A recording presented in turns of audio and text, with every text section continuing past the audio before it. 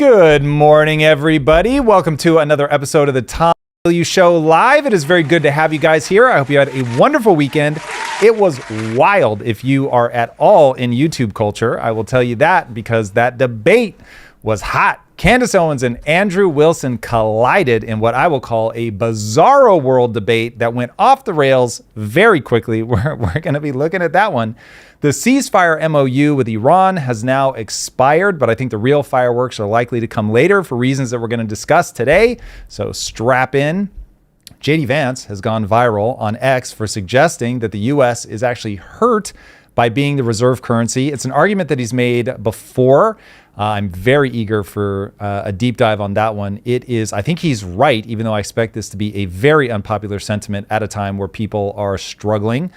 Abdul El-Sayed makes it clear he is economically illiterate by lobbying for a wealth tax, which if you guys were on X this weekend, you probably also saw Mark Cuban absolutely bodying Khanna for a very similar reason. They're having a public debate over the wealth tax and Democrats' tax policies in general. Politicians, man, as a class of people, were on a tear this week as a ridiculous number of them have been convicted of everything from fraud, and then some are allegations, to sex trafficking. That it's unhinged, man. AI has caused the collapse of an entire trial.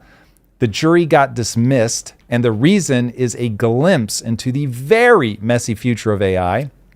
And China's economic troubles continue to escalate. Startling new data points to a very different picture than what Xi wants us to believe is going on in China. We're going to cover the underlying reality and what it means for your money. Today, we're going to be going deep, boys and girls. We got that third hour, so make sure that you guys are ready.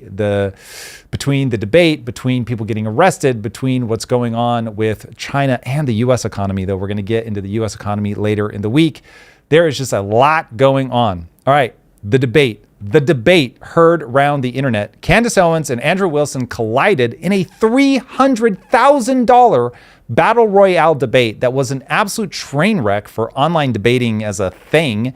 And if you care about the pursuit of truth, it was just things coming off the rails. This one winds me up. I do not understand what these guys thought was going to happen in this debate, how Andrew Wilson got sucked into this and looked terrible, by the way, because keep in mind, the facts of the case haven't even come out yet. So we're in preliminary trials where they're going to be putting forward some of their assertions. They are certainly not going to be litigating the entire trial in the pretrial. So what exactly were these two planning to debate? When you debate, you have to ground things on facts or moral framing. So you can certainly say, hey, we're just going to debate this from a certain moral framework, and we're going to see which of these two stances comes out better based on this moral framework. But you have to have something that is independent of the two people debating that becomes that which adjudicates the truth. But online debating has very rapidly slid into my sort of internal frame versus your internal frame. And when those two internal frames do not intersect, then you devolve into madness, which is exactly what ended up happening here. These two were approaching essentially the facts of a case that haven't even come out through the lens of personal framing. I think this, I feel this. You can't debate that. So what was the possible conclusion that they were going to try to reach this? And if you guys have ever heard the idea that styles make fights, the style matchup here was absolutely garbage. And Andrew Wilson came in, and he's somebody I've never quite understood Andrew's positioning as the king of debate me bros. If you want to know who's actually good at debate, love him or hate him, Destiny is extraordinary at debate. He will take the facts of something and he will show you, I am more prepared on the facts of a case than you are. And so he'll be able to go into each nuanced position. Again, you can hate him as much as you want, but he is very good at understanding this is your claim. This is the framework in which we're going to pursue this, which with Destiny is normally the frame of just what are the actual facts of the case first, then what do the facts imply, then what would be the outcome if we were to follow your thinking all the way out. Andrew, to me, is somebody who is a frame of reference debater. So here is my frame of reference. I'm going to state it whether you agree with it or not. And if he is debating, as Drew so eloquently said off camera, if he's just debating a bunch of OnlyFans models, then that works, because they may not even have a reference for what an epistemological frame of reference is. And so he can just bully people. And he tried those tactics with Candace, which was an absolute nightmare. I beg of you all, please, I understand many of you do not like Candace Owens, but if you continue to think that she is dumb, you are going to continue to look stupid yourself. And this is what was on full display. The way that Candace is approaching this whole trial, to me, is absurd in the extreme. She will put forward intuition, dreams, feelings as if they substantiate facts, which is crazy on its face. But she isn't stupid. And if you, instead of thinking stupid is an inability to come to the same conclusion that quote unquote truth, which has not been defined yet in terms of the facts of the case being laid out and all of that, if you continue to think it is, this person reaches the same conclusions using logic that I use, you're going to lose to Candace forever. Candace has a very strong, what I'll call feminine frame, where intuition is elevated, where something feeling wrong is an indication that it probably is wrong. And if you instead take the approach that intelligence is the ability to parse raw data through a filter very rapidly, you're going to realize that she's extraordinarily good at that. So one of the biggest highlights from the debate is where Andrew Wilson tries to pin Candace down on the actual allegations in the trial. And this came on the back of Candace saying, like, you don't even know what's going on in this trial. And he couldn't name any of the actual charges that were brought against him. So he just said, I think that Tyler Wilson. Robinson. I was like, wait a second. Tyler Robinson shot and killed Charlie Kirk. And so he's like, that's murder. And she was like, that's not the charge in the case. And so then he was like, all right, I can't name any, but you can name all 7. And yes, she can name all 7, which then makes it look, which is the truth with Andrew Wilson on this particular thing, that he's not arguing from a deep understanding of the facts of the case, and like a debater in a more traditional style like Destiny would do, where I'm going to walk you through the facts of the case.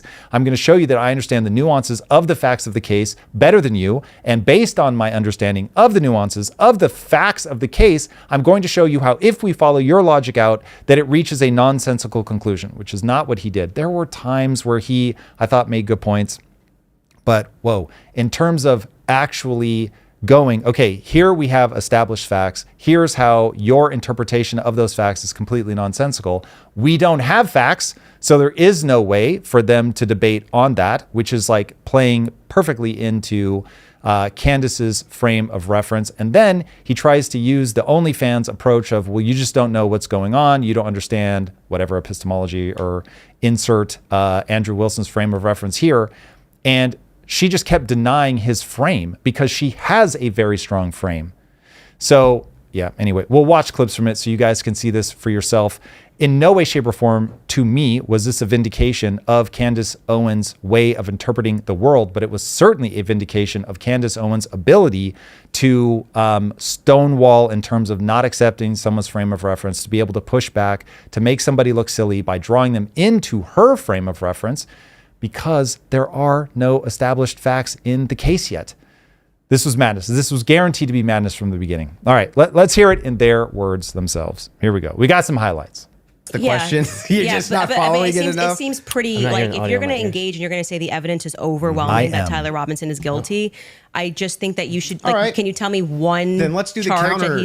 You can really, no, this is a great gotcha. No. You just got to ask me, play clips out of context, put me in the hot seat, so please just answer the question. This is fair. Name all 7 since you've been following the case.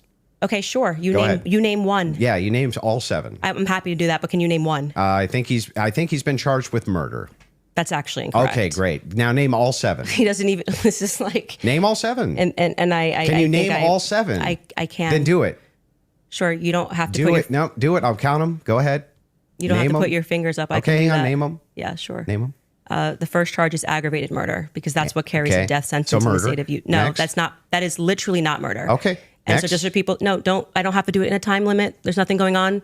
And just to explain to people the difference of why that really matters and shows that he doesn't actually care about this at all is because aggravated murder, it's narrowly defined, and because it carries a death sentence. I'm going to answer the question. Okay, You're just going to recognize that your strategy of thinking that people are intimidated when you try to put a time constraint doesn't work, and you'll be better the next time you debate someone. People are often intimidated by the way that Andrew Wilson debates, and that is the exact problem. He's used to being able to rely on the fact that he thinks on his feet faster than most of the people that he goes up against. And listen, Andrew Wilson is formidable when the style matchup is there, when it's something that he's spent a lot of time thinking about. And Drew, I will really look to you to tease out to make sure that it's clear the point I'm trying to get across. Mm-hmm. So I used to do Lincoln Douglas debate. It's a style of debate that you do in high school.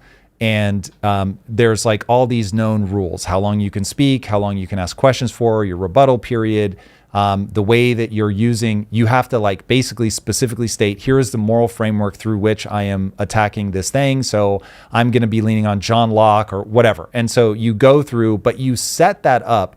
I'm using this guy as my frame of reference, his moral framework, and I'm using that because it has the best outcomes or whatever. So then the person that is debating you can say, well, let me tell you why that frame needs to be rejected. And then they would attack both the facts of your framework through which you're trying to put it to prove that people should agree with your assertion. And so there's none of that here. So they both, though, are holding their own, it isn't Lincoln Douglas debate at all, but they're both holding a way that things should be discussed in public in their heads. Neither of them are accepting the other person's frame of how a debate should happen. Normally, Andrew can just bully somebody because they don't even understand that a debate is meant to have this sort of frame of reference. And so he'll push that on them and he'll use these bullying tactics on people and they'll succumb to that. And I've seen him, quote unquote, win so many debates by doing that, where the other person is just, they're confused, they're befuddled, they don't understand. He's trying to bring them into sort of a debate package like you would a fight and say, no, you can't do, what do they call it, 12-6 elbows. You can't do that. And so the person's like, wait, what?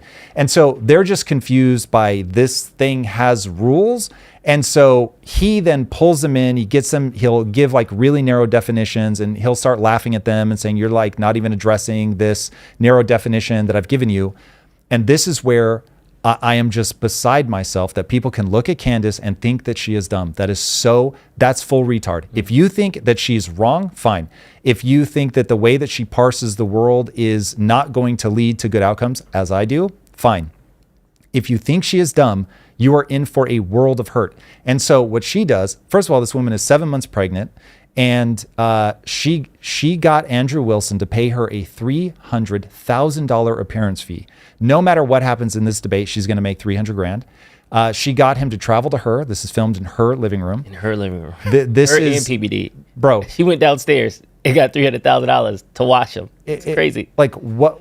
In what world do you not come in knowing how she debates, so that you've got to be able to explain what she does better than she can, so that you take this meta approach and you say, okay, listen, Candace, you are operating from within this frame of reference. Do we agree? Yes. Okay. Now you're laying these things out as if they are facts. Can you please define a fact? Like if he went sort of beat by beat and said, listen, we have to ground ourselves in things that are provably true. Now, it would be a trap for him, which is why he didn't do it. We don't know what is provably true. But if you're not able to bully her, and if he thought he was going to be able to bully her, which he seems to think he was going to be able to do, because that is the tactic that he's running right before our very eyes, you're a fucking fool. This is the one, nobody bullies Candace, literally ever.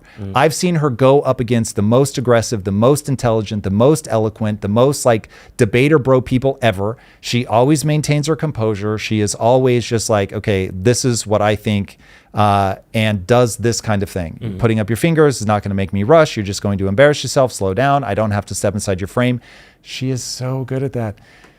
And so all of this just ends up melting before your very eyes. So one, everybody watching, you can learn a lot from Candace in terms of rejecting a frame of reference. This is something that Trump is extraordinarily good at. It may be one of the things that made Trump Trump, was he's not going to accept the Lincoln Douglas style debate thing that you're trying to lay out. He's going to play his game, and he's going to be so consistent in applying his frame of reference that to have a conversation, you're going to have to step inside of his frame of reference and argue your way out from his frame of reference.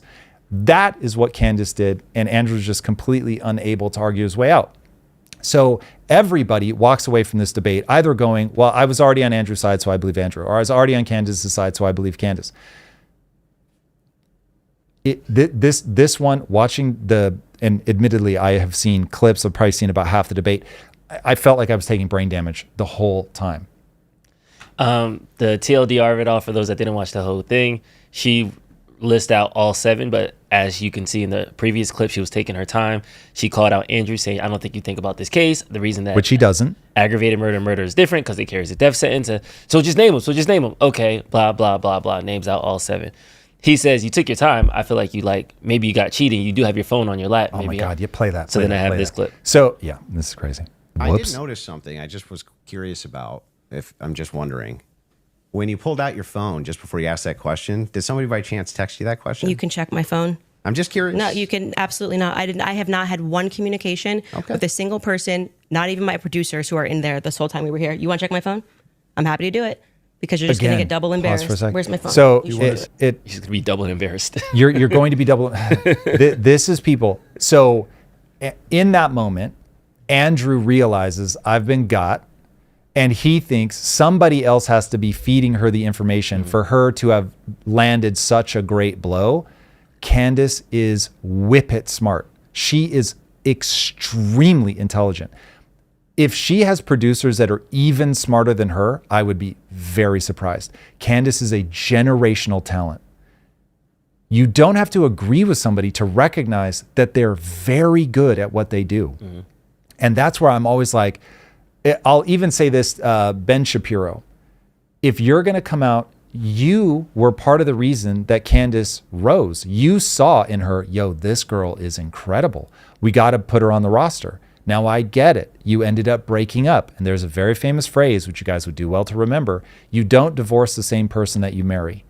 So meaning you guys get married because you love each other. So you're Ben Shapiro, you're running the Daily Wire, you find this generational talent, you see a black female conservative, you're like, we got to get her on the roster because she really is that good. Then you start having ideological differences, you fall out of love. Now you start confusing yourself and you confuse, I'm not in love with this person anymore, for this person is dumb. That's a mistake. And I see people do it in life across the spectrum all the time, and they cannot get out of their own way. Their own emotions for, I don't like this person, begin to cloud their ability to see whether this person is good at what they do or not. And Candace is very good at what she does. And so to think that if you're trying to mentally map what Andrew Wilson is thinking at this point, what Andrew Wilson is thinking at this point is, I am smarter than this person. So there's no way, she just got me. So it's got to be somebody behind the curtain that's actually pulled this fast one on me. And I must be up against a team of people who have sent something. Bro, you are failing to understand that you're in the NFL of online personalities. These are the top of the top of the top. Yeah. And this is not a good look for him. For me, Candace came out of this either unscathed or ahead. He does not. Now, I doubt that this will be the beginning of the end for him, but this made me feel some type of way about him, where I'm like, I've always had this sort of lingering, and I don't pay a ton of attention to him, I'll be very honest, but I've always had in the back of my mind, like, there's something shaky about the way that he approaches debate. It's like a frame of reference saying blah, blah, blah. And this one really showed he's not coming at it from a facts and figures perspective. I was watching one of the reaction videos, and Destiny, he put it out there, so I'm not going to take credit for his idea, but he was like, it's almost like Andrew walked in here cocky because he's so used to owning women that he was just like, oh, okay, like Candace is, like, he's like, and I don't know if it's a misogyny thing, I don't know if it's a race thing, I don't know what it is, but he just kind of walked in there like, 300,000, let me go embarrass this girl real quick. And even if you could just mute it, if you just watch the debate in mute, you will see Candace is still standing up. Her legs are open. She's taking up space. Andrew's leg was like bouncing the whole time. He was sweating. He was rocking back and forth. He was sinking low. Rubbing his face. Like the body language is showing who the winner was. You don't even have to listen to their argument. So even if you thought he won, he felt like he was losing. He felt like he was behind. Yeah. So what is this, just a hubris thing? Like it feels why would you pay $300 just to get like embarrassed? $300,000. I don't see that, but I guess some people. Bro, if I put up $300,000 against something, do you know how psychotically I would prepare? I would be Tyler Robinson. You didn't know, like I would walk in with his face, like I didn't do it. Like this is crazy. Like you can't be and not prepared. Like I don't know. I feel like I'm missing something. And then people like TPUSA propped them up. They paid for it. It was the promo tour. I don't know what it was, but it was definitely entertainment. I'll put it this way. I was sitting on the sidelines. I have no dog in this fight. I'm just, reacting like the rest of the internet. And it was just a masterclass to see. Because the dream thing, it was probably 20 minutes of the 3-hour debate. And to your point, that was his biggest end. Talk about the dreams. Talk about how you blamed it on TPUSA. Those are moments that she was shaky on. But he was trying to debate her on case facts. And she was out here pulling in statutes and, Utah blah, blah, blah says this. I'm just like, yo, she's been doing this for 6 months. This has been her only piece of content for 6 months. Yeah. It's this in Egyptian plains. Like, why do you think she doesn't know the case? Like, at the very minimum, to milk the content she does. Yeah. So I haven't watched Destiny's reaction, though I'm sure that would be far more entertaining than the actual thing itself. Because to your point, he's breaking down the tactics. Like, look, like he should have doubled down on this, but he probably doesn't even know the side of it. So it's interesting to see that. But and I'll walk you through how, and this is the same approach that I take to the economy. I'll walk you through how Destiny prepares. And by the way, he prepares in public, so you can watch him do it. So if he were going to be debating Candace, he would do something like this. He would go, okay, what are the 25 things that Candace goes back to all the time? Because Andrew is going to say, this is somebody that is expecting you to believe that a dream is real. Now, Destiny or anybody that's good at debate prep is going to go, I'm going to say that. What's she going to say back? So this is something that if I were going to prepare for a debate like this, it would look like I would follow a very similar Destiny model where I'm going to list out, here are the 25 things that she's going to come back at me with, but I'm going to ask somebody to play Candace. And I'm going to say, okay, let's actually do a mock debate.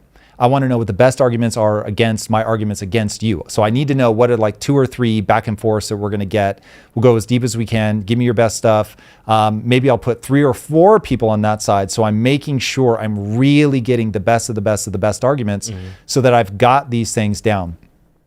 And so the thing that I think makes Destiny such a formidable opponent is he'll spend hours and hours and hours and hours and hours pursuing each fact, going to, like, he'll watch clips of Candace talk about whatever, the Egyptian plains or the French Foreign Legion, and he'll go deep on those things and say, okay, this is the thing that she's claimed. Somebody sent her this. This is like, here's what we know about that, or at least what Candace has claimed publicly. When pushed on this, she always says the following thing, because it comes up here, but this is not the first time she said it, where she'll say, well, I'm not able to research those facts anymore, so I have given that to the proper authorities.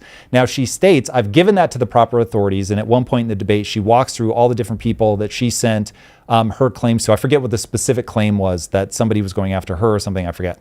But she laid out, like, I sent it to Dan Bongino, I sent it to the Trump administration via this department, and she lists it all out. So if you're really going to be prepared for that, you know the places that she sent it to, you know why she believes that that is in and of itself proof that this is real. And that's where you have to go, okay, she's going to say all these things. She's going to say that that means that it's real. And then the real response to that is, okay, that is a set of facts about your behavior. It is not a set of facts about the claims that you're actually making. And so you have to, like, keep bringing the person back to that. Now, in Andrew's defense, he does try that several times, but she rejects the frame. And so if I had to guess, you tell me because you watched it, but I'm going to guess Destiny's saying is going to be something along the lines of, if we can't agree on, like, what victory looks like, that we're going to establish the facts of the case, and the person who shows a better understanding of the facts of the case and then what those prove, you can't have a winner. And given that the facts of the case have not been laid out in a court of law yet, in fact, Tyler Robinson has not even entered a plea yet, this debate can't happen yet. So we can have this debate down the road once the trial has played out. And now it's like, we've all heard the argumentation. This has been a broadcast trial. We've all seen the evidence. We've seen the claims. Now that all of that's laid out, including the fact that all of the things that because I think Candace has said, like, I've sent information to the defense. And None of those things were brought up. So if I'm debating this against her, I say, the defense attorneys looked at your evidence and decided not to bring it up in trial. So that's an indictment of the quality of your evidence, full stop. But that we have paid $300,000 to have this debate now? Like, what are we talking about? So yeah, this is going to be a very interesting debate when the trial is over. But doing this now and paying $300,000, oh my God. But so I think that's why he did it now, though, because one, it's at its height, one, he could juice it out, and one, he wants to push clicks to the Crucible and his own platform and things like that. All true, but don't you think he actually thought he was going to mop the floor with her? Because he underestimated her. Yeah. That my thing is like, for all the reasons that I hope he reflects upon, that this did not go well. He could have and should have seen them coming a mile off. And he should not have thought, oh, this is going to be another person that I'm going to trap inside my frame, and then she's just going to look stupid. So yeah, wild. I don't understand how he could convince himself this is a good idea at this point where there's no facts to actually be arguing. Yeah. And just to ground everybody, because some people are asking like what the claim itself was. The claim was there's overwhelming evidence that Tyler Robinson murdered Charlie Kirk. Yes, and both of them, including Andrew, were like, I believe it to be so. What? Yeah. What are you talking about? Overwhelming evidence is like factual, grounded. These things are true. These are the undisputed facts. And that's where I think he set himself up, because she was like, overwhelming, like what is overwhelming? And then now it was an attack on him. It was from his perspective of attacking her on all the claims that she put out, poking holes into it. And they paved the road the next day. The van was stripped for parts and sold. All these things, he was just like, yeah, but your feelings, but the French Legion, but you think people are trying to assassinate you. And it's like, yeah. Just goes to show that if you're confident enough, you can just go be wrong on camera and still win a debate. Because you can pay $300,000 to be wrong on camera. Yeah. No, not even that. I mean, like her. I mean, Candace Owens is, I mean, we all know she is just wrong on all of this. Like, she has some like, oh, there's some weird things, but what do you mean France is in this now? You know what I mean? So it's like. So really fast, don't make the same mistake that Andrew's making. We don't know that Candace is wrong. That's what I want everyone to understand.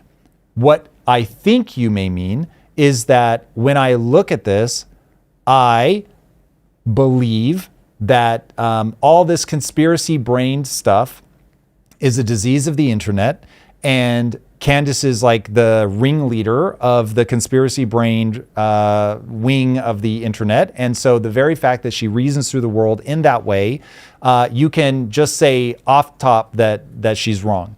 And what Candace is showing is right now, you can't do that. And so she is just going to do to you what she did to Andrew Wilson, which is completely reject your frame, throw up a list of things that can't be answered yet because the facts of the case haven't been laid out. And so if I were to predict, and I would need to see all of this play out in the fullness of time to know if this is actually a wise strategy or not, but this is my prediction right now, that what's going to happen in the trial is Candace has put forward evidence that she claims, I believe this is true, that she claims that she sent that to the defense. She hasn't directly sent it to the defense. Like, no? Are you sure about that? She's not involved in the case. Oh, okay. She has her own style of investigation. So let's do this. Okay. Let's say she has things that she has said very, very, very, very publicly. And if the defense doesn't bring any of those things up, you have to assume they're aware of the assertions. And the fact that they do not use them to get Tyler Robinson off tells you that they either don't believe that they're compelling or they don't believe that they're real. My instinct is, and trust me when I don't overesteem my instinct on this, but my instinct is they're going to lay out a bunch of facts. Those facts will not include many of the more conspiratorial things that Candace has put forward. And the trial, I think, is, and this is literally just emotion because I have not looked at this closely enough, but I think that Tyler is just going to be self-evident. Yep, he shot him. He was on the roof. Parents are going to be like, yeah, there's a lot of damning evidence here. I've heard the boyfriend relationship, whatever we're calling it, in his own words. I thought it was pretty damning against Tyler. And so it's like, my gut instinct is, yep, he's going to be convicted and it will end up being a more or less open and shut case and we move forward. And then you'll be able to go after Candace and have the argumentation of, if this were credible, hard-hitting evidence, then the defense would have used this The fact that they didn't is in and of itself an indictment of the quality of the evidence. Now, I don't think it's going to cause Candace to lose an audience because she's going to take the approach of there are a lot of unanswered questions. The government has lied to us before. There's no reason to believe that they're not lying to us now. And I think that people that are prone to agree with her on an emotional level will be completely convinced that that is enough, that that is right and true. So that is my instinct about how this is going to play out. But to say that we know right now that Candace is wrong, what evidence do we have?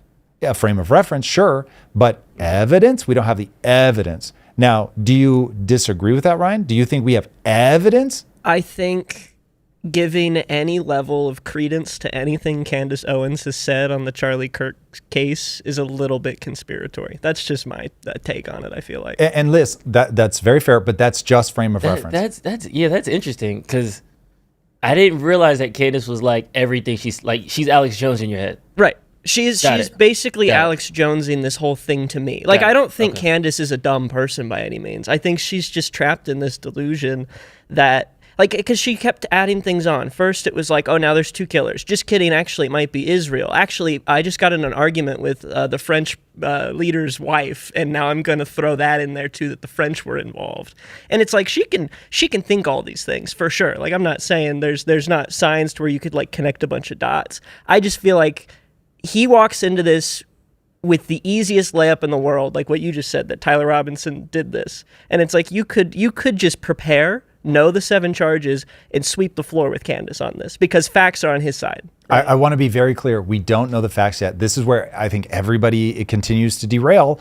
We don't know the facts. The case has not been argued. And that's why, by definition, having this debate now was a suicide run for Andrew Wilson, because it is by definition going to be one frame of reference versus another frame of reference. And so if it's the exact approach that Candace is taking, but just from the opposite angle, which is precisely what I think Andrew is doing, which is that it is self-evident that she is conspiracy-brained, that none of this makes any sense. And it's like, well, what's your positive evidence for the fact that this is all fake? He's not going to have positive evidence because it hasn't been tried yet. So that's where I'm just like, dude, that same thing can be wielded back against you. Wait until all of this comes out, and then you can litigate it. Keep in mind, when you see Israel and Palestine collide, even though the facts have been like documented to high heaven, you still can't get people to agree.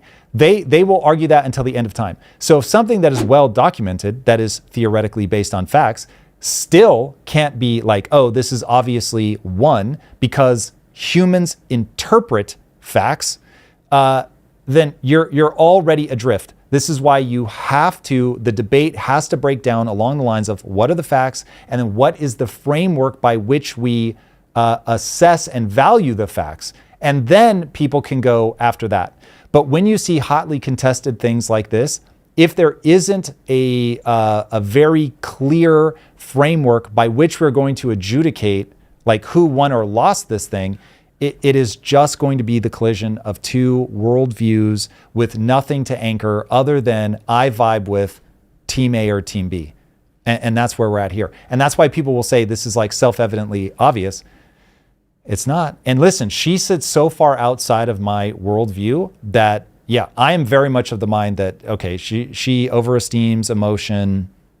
She takes intuition as like this means something, which to me is just all ridiculous. But because the facts of the case are not out yet, anybody who says, oh, I've got all the facts is crazy. Just to ground everybody, shout out to Kip Moon in the chat. The preliminary hearing was approved if the prosecution had enough evidence to go to trial. Tyler Robinson hasn't been convicted of anything. He's been charged with things. This is what the prosecution is building their case against. He hasn't entered his plea deal. So this is the part before they can even ask for a mistrial, because technically they haven't even started a trial yet. So this is very early. We haven't even got to the point where the jury hasn't been fully selected. Like, there's still a lot more steps we need to go. So we have time before we're going to get the true facts of the case. But yes, he hasn't sat in front of the jury. He's not in court. He hasn't done his time yet. All true. And don't get sucked into debates if there isn't a frame of reference for adjudicating the debate. And know the facts before you go in, and know the best arguments of the other side. Yeah. Otherwise, toasted cheese. Cool. Let's jump over to that JD Vance clip. He said something really interesting. I'll read the tweet and then we'll play the clip out. JD Vance wants to end the U.S.'s dollar position as the global reserve currency because it thinks it allows Americans to consume too much and do so too cheaply. Keep in mind the next time you order a $20 burrito on DoorDash. That's exactly right. And by the way, you know, I'm this is like maybe super heterodox. I am not sure that I think the reserve currency is actually good for the United States of America. I think there is a good argument that reserve currency status is akin to coal in Appalachia. It's a resource curse, right? It allows your consumers to consume very cheaply, right? That's been the story of the American economy for the last 15 or so years. Even before that, is we can just borrow basically in an unlimited way because we have the reserve currency. That's exactly right. Okay, so here's the bad news. JD Vance is right about the fact that what ends up happening is you get in a position where you can make all of your debts and deficits go away by printing money because you can export so much of that inflation to the rest of the world because everybody the world over is transacting in dollars, which means that there is always a desire for dollars, which means that people are going to be saving in dollars, which means they are likely to soak up your debt for a very long time, although this changed recently. For a very long time, the reserve asset held the world over by central banks in the vast majority of countries around the world. They held U.S. debt like it was gold, okay? So people had U.S. debt, and that was like, look, I'm solvent precisely because the assets that I own are U.S. debt. So that lets the U.S. run a $2 trillion per year deficit. That lets everybody in the U.S. live inside of this bubble of things are just very easy. And that lets people begin to believe that socialism is the way out of this because we have this infinite money glitch that's going to allow us to pay for everything we want. And so why wouldn't we just pay for everything? Make housing free, make healthcare free, just make it all free, daycare, buses, all of it free, because we're going to be able to print until the end of time. However, if you look at the way that every empire dies and you look at exactly the graphs of central banks holding the US debt as reserve currency versus gold, it is going down as gold purchases skyrocket. They are terrifyingly rapid curves. People realize, hold on a second. By me using US debt as a reserve asset, I am simply allowing you guys to abuse all of us by decreasing the purchasing power of the dollar through inflation so that you guys can have the most reckless economy ever because you're not even being efficient with the dollars that you spend. So you deficit spend largely to fund fraud. And so now you have this absolutely chaotic system that makes no sense and mirrors all of the failed empires before you because you get so indebted that you end up having to default on that debt or go to war to avoid defaulting on that debt. And so, we're going to get out from under this. And so now what ends up happening is the purchasing power of the dollar erodes even faster because there's no more appetite for the debt, or certainly not enough appetite for the debt. And so you end up in this death spiral. So I get the response, especially if you already hate Republicans, you're going to look at JD Vance saying this and you're going to say, well, this is just somebody that wants to see things get more expensive. Now, at some point, we're going to have to really have a come to Jesus about we have made certain things in America too expensive, very important things. Housing has become too expensive. Healthcare is a separate debate, but I get why anybody under the weight of medical debt is really going to have a problem with that. But the burrito thing is where this is really people getting completely divorced from reality. If you are having trouble making ends meet and you're not going to the grocery store and buying ingredients and using your own labor as a way to get ahead in life, that is asinine. You're shooting yourself in the foot. So both things are true. Things that shouldn't be as expensive as they are were made expensive through terrible policy. And at the same time, you are doing very stupid economic things, partly because of this bubble that you've lived in where you're exporting a ton of your inflation, trying to give everything away for free, importing cheap labor, trying to mask the decline of your economy by making everything cheaper, by importing it from China, hollowing out your manufacturing base, bringing in immigrants who will then work for much lower wages so that you can have the option of buying everything on DoorDash. Now, when I grew up, it was crazy to think that somebody in the middle class would have a housekeeper. Crazy. And I remember being in my mid-20s and thinking, we ended up setting a call center up in the Philippines because this is the beginning, the early innings of globalization. And I thought, oh my God, this is amazing. Create opportunities for people in foreign countries and you can get things so much cheaper. Yay. So I go to the Philippines and I meet people and everyone has like in-home care, live-in nannies. And I was like, whoa, how much are you making? And they were making what by my standards was very little. And so I was like, wait, are you wealthy here or middle class? Middle class. And you can afford like that. You can afford like people to live in your house and look after your kids. You can afford housekeepers. Yeah. And I was like, whoa, like this is a huge, I wouldn't have known to call it a K-shaped economy, but wow, that is like real disparity. That's crazy. I couldn't wrap my head around that. Now, flash forward to the US, and we have the same thing happening because of all the things that I just laid out, but most importantly, because of cheap immigrant labor that you're bringing in. And you'll get a gazillion people that are willing to drive for Uber because they don't have the qualifications. They don't speak English well enough. And so that's a job that they can get that pays reasonably well. And you train everybody, oh yeah, this is how life should be. I should be able to get my burrito delivered to my door via DoorDash. But all of that stuff makes it more expensive.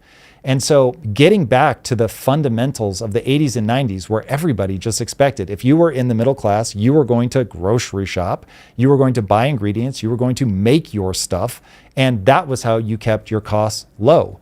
And so we've completely given up on that. Through that lens, we look back at a very true thing that JD Vance is saying, which is this is one of the things that has allowed us to be just completely reckless with the way that we spend money, continue to drive ourselves into a desperate fiscal situation, which then pushes us to rely even more on financializing rather than getting back to a manufacturing base in the US that actually takes care of middle-class workers. But that means that you can't mask the stupid decisions that we have made by importing cheap labor. And so we are stuck in this very weird position where you're going to see a ton of vitriol thrown at JD Vance. Now, he may be wrong about that, and I think it would, at this point, be extraordinarily unwise to just be like, all right, let's stop being the reserve currency.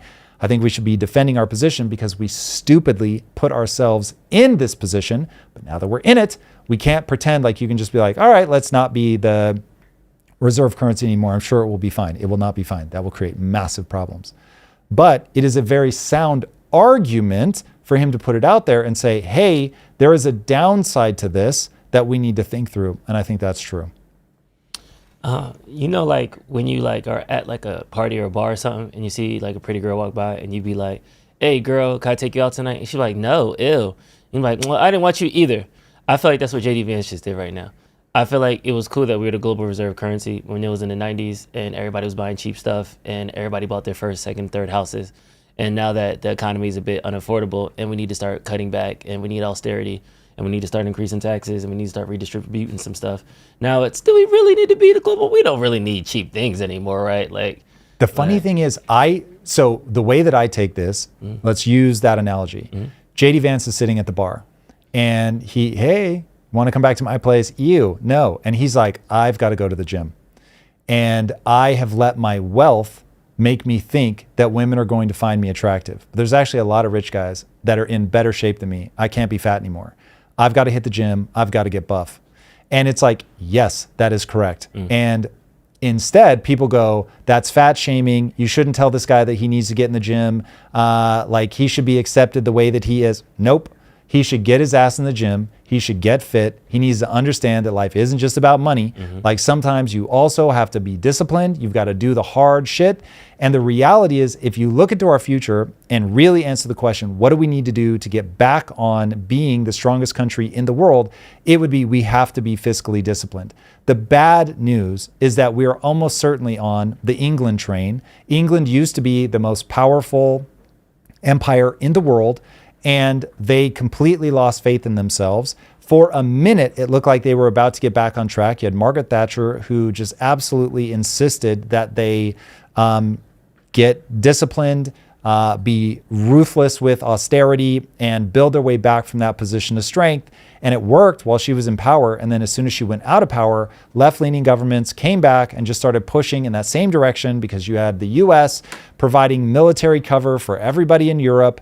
And they were at the beginning of globalization. And so they have Tony Blair doing very similar things to what, God, I can picture him so clearly. He plays the saxophone. His name is... Kenny G? No, get out of here. The president. Oh, Bill Clinton. Bill Clinton, thank you. So very similar mentalities, and we just start globalizing. And in globalizing, we don't realize that we're shooting our own middle class in the face. And then by getting terrible immigration policies, we further exacerbate that. But we do hide that we are making things worse and worse, slowly but surely, by trying to bring in cheap labor, which then exacerbates the same middle class problem. But it does make things cheaper for those that can afford it. And so you get the bifurcation. You kill the middle class, you send a bunch of people in the middle class into the upper class, but you also get people stuck in the lower class. So yeah, this is, it is the path that every empire takes. You end up bringing on debt in the beginning by having the power of being the world's reserve currency. It's extraordinary at letting you build infrastructure and getting things moving in the right direction. You become incredibly powerful. You then financialize everything. You export things to countries that will do things cheaper. You hollow out your middle class. It is a terrifying tale as old as time. Now, England says you're not going to be able to back your way out of this. And so, and also PS, every empire before that, they're just the most recent. So you've really got to have a vision for what is America going to become. I'm committed to painting a picture for what America needs to be that is positive, that shows that we can really do something extraordinary. But unfortunately for all of us, it does start with, we've got to be fiscally responsible. Now, for people that think fiscal just means money, fiscal specifically means government spending. So we need to be disciplined at the government level of what money we spend. And right now we do not do that. We are absolutely awash in fraud. We are awash in boondoggles. We've got to stop doing all of that. And we've got to decide, we can have anything we want, but we cannot have everything we want. So what are we going to pay for? And we absolutely must chase out of politics anybody that would break the engine of prosperity. So that, take the entire DSA and you can literally just eject them. Take Khanna. You can literally just eject him. And I feel bad. He's such a lovely person. And I really enjoyed my time with him. But he's just gone full off the deep end, DSA style policies, even though he's going to call himself a progressive capitalist. I believe that's his own phrase. Unfortunately, he is not. This is hyper regressive. Seeing the back and forth between him and Mark Cuban was awesome. Mark absolutely bodies this kid. It was beautiful. Okay. I'll jump to that. I had the Iran war memorandum queued up, but the back and forth. We'll get to it. Yeah, the back and forth from Mark Cuban seems more pressing right here. Yeah, this is crazy. You got to let me read Mark's tweets because these are dope. So you've got Khanna laying out like, hey, we got to tax this wealth, man. We got to tax these billionaires. Like, this stuff is crazy. We got to get that money. We got to redistribute it. I don't even understand why people are pushing back. Mark, if you came with me on a tour of America, you would see that people really do hate business leaders. They hate billionaires. Cool. Hey, I'm willing to agree that people hate business leaders, but that does not mean that that's actually going to solve the problem. So you can hate these people all you want, but if you Luigi Mangione them and shoot them, this does not solve the problem. If you have misidentified the solution to the correct problem, you still are going to be worse off than you were before. You've got to identify the correct problem and you've got to identify the correct solution. And that is the very thing that we're not doing. So we have, Roe has identified, hey, people really feel like the system is not working for them. Yes, the system is not working for them. We're pushing everybody into college, getting them insanely indebted. Then we are driving them with that debt on top of them into a housing market that is just absolutely abusive for a whole host of reasons. And then we are making it impossible for them to save because we're inflating the currency away. And all of this under cultural changes that people aren't being honest about.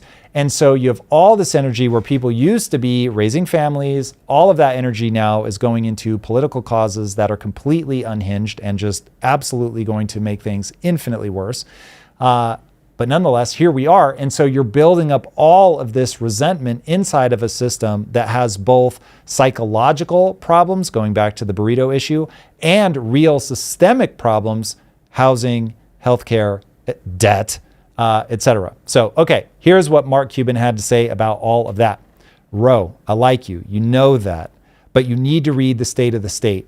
The number of deca unicorns, so 10 billion plus unicorns. Unicorn is a startup.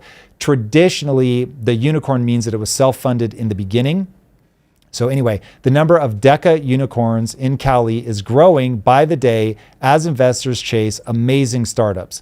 A unique feature of these $10 billion startups is that even if they raise a billion, little, if any of that money goes to the founders, which is very important, by the way. The vast majority of money that people raise goes to the company. So the people giving you the money are like, I'm not giving this to you, the founder. I don't care about you. I expect you to run this thing. And if I win, then you can win. But you've got to get us to an IPO. You've got to get us to a sale. If you don't get us to an IPO or a sale, I don't want you taking any money. I don't want to see you driving fancy cars.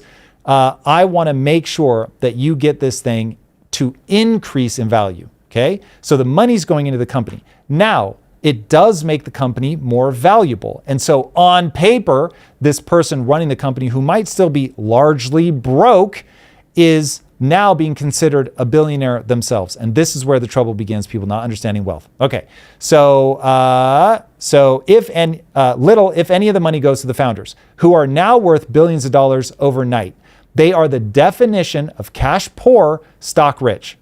How are you going to tax them? Make them borrow money against their shares if they can? They just raised money to grow their company, and a bank will come along and loan them money? A company that has been in business maybe less than a year? LOL. Will you take their stock if they can't?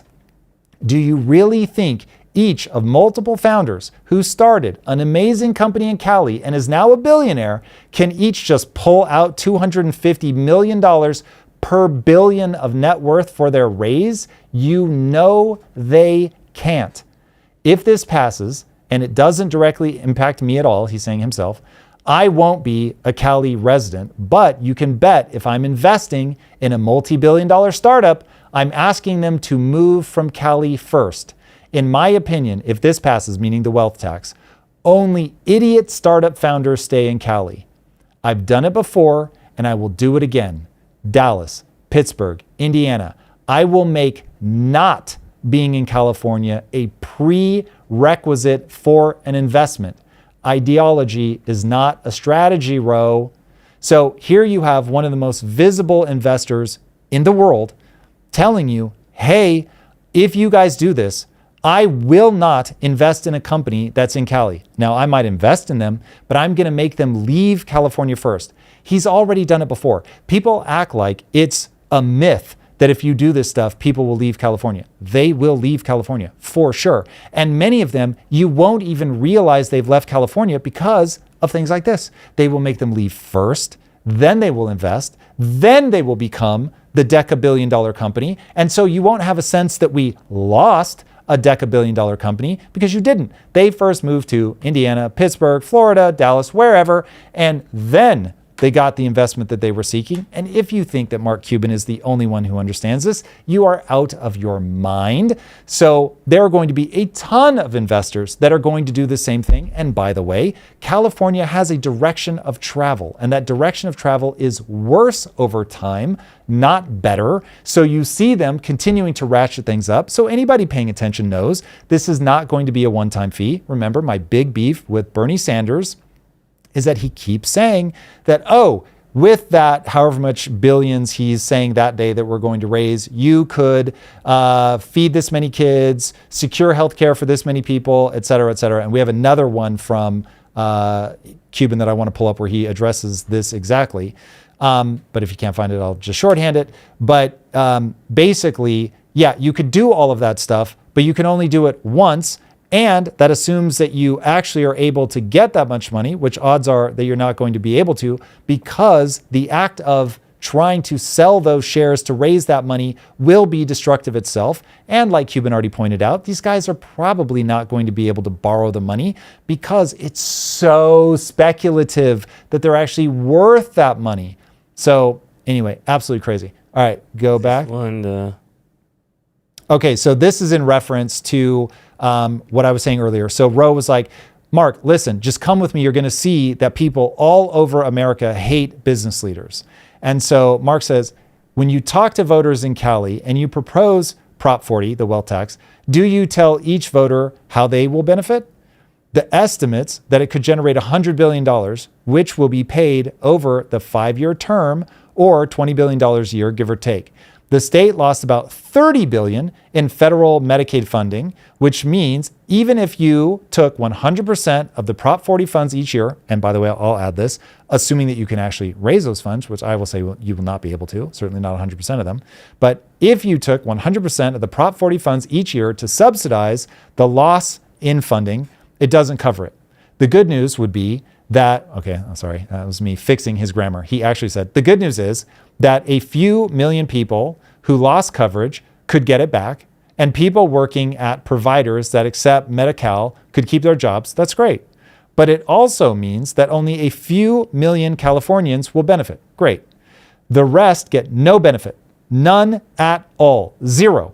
Anyone you talk to that didn't lose Medicaid won't get shit. Affordability? Nope. Lower healthcare costs? Nope. Lower gas prices? Nope. Lower home insurance? Nope. Wildfire protections? Nope. Here is the math as I see it, and feel free to correct me. Right now, Cali collects 13.3% on any income above $1 million a year. You also collect 8.8% on Cali corporate earnings.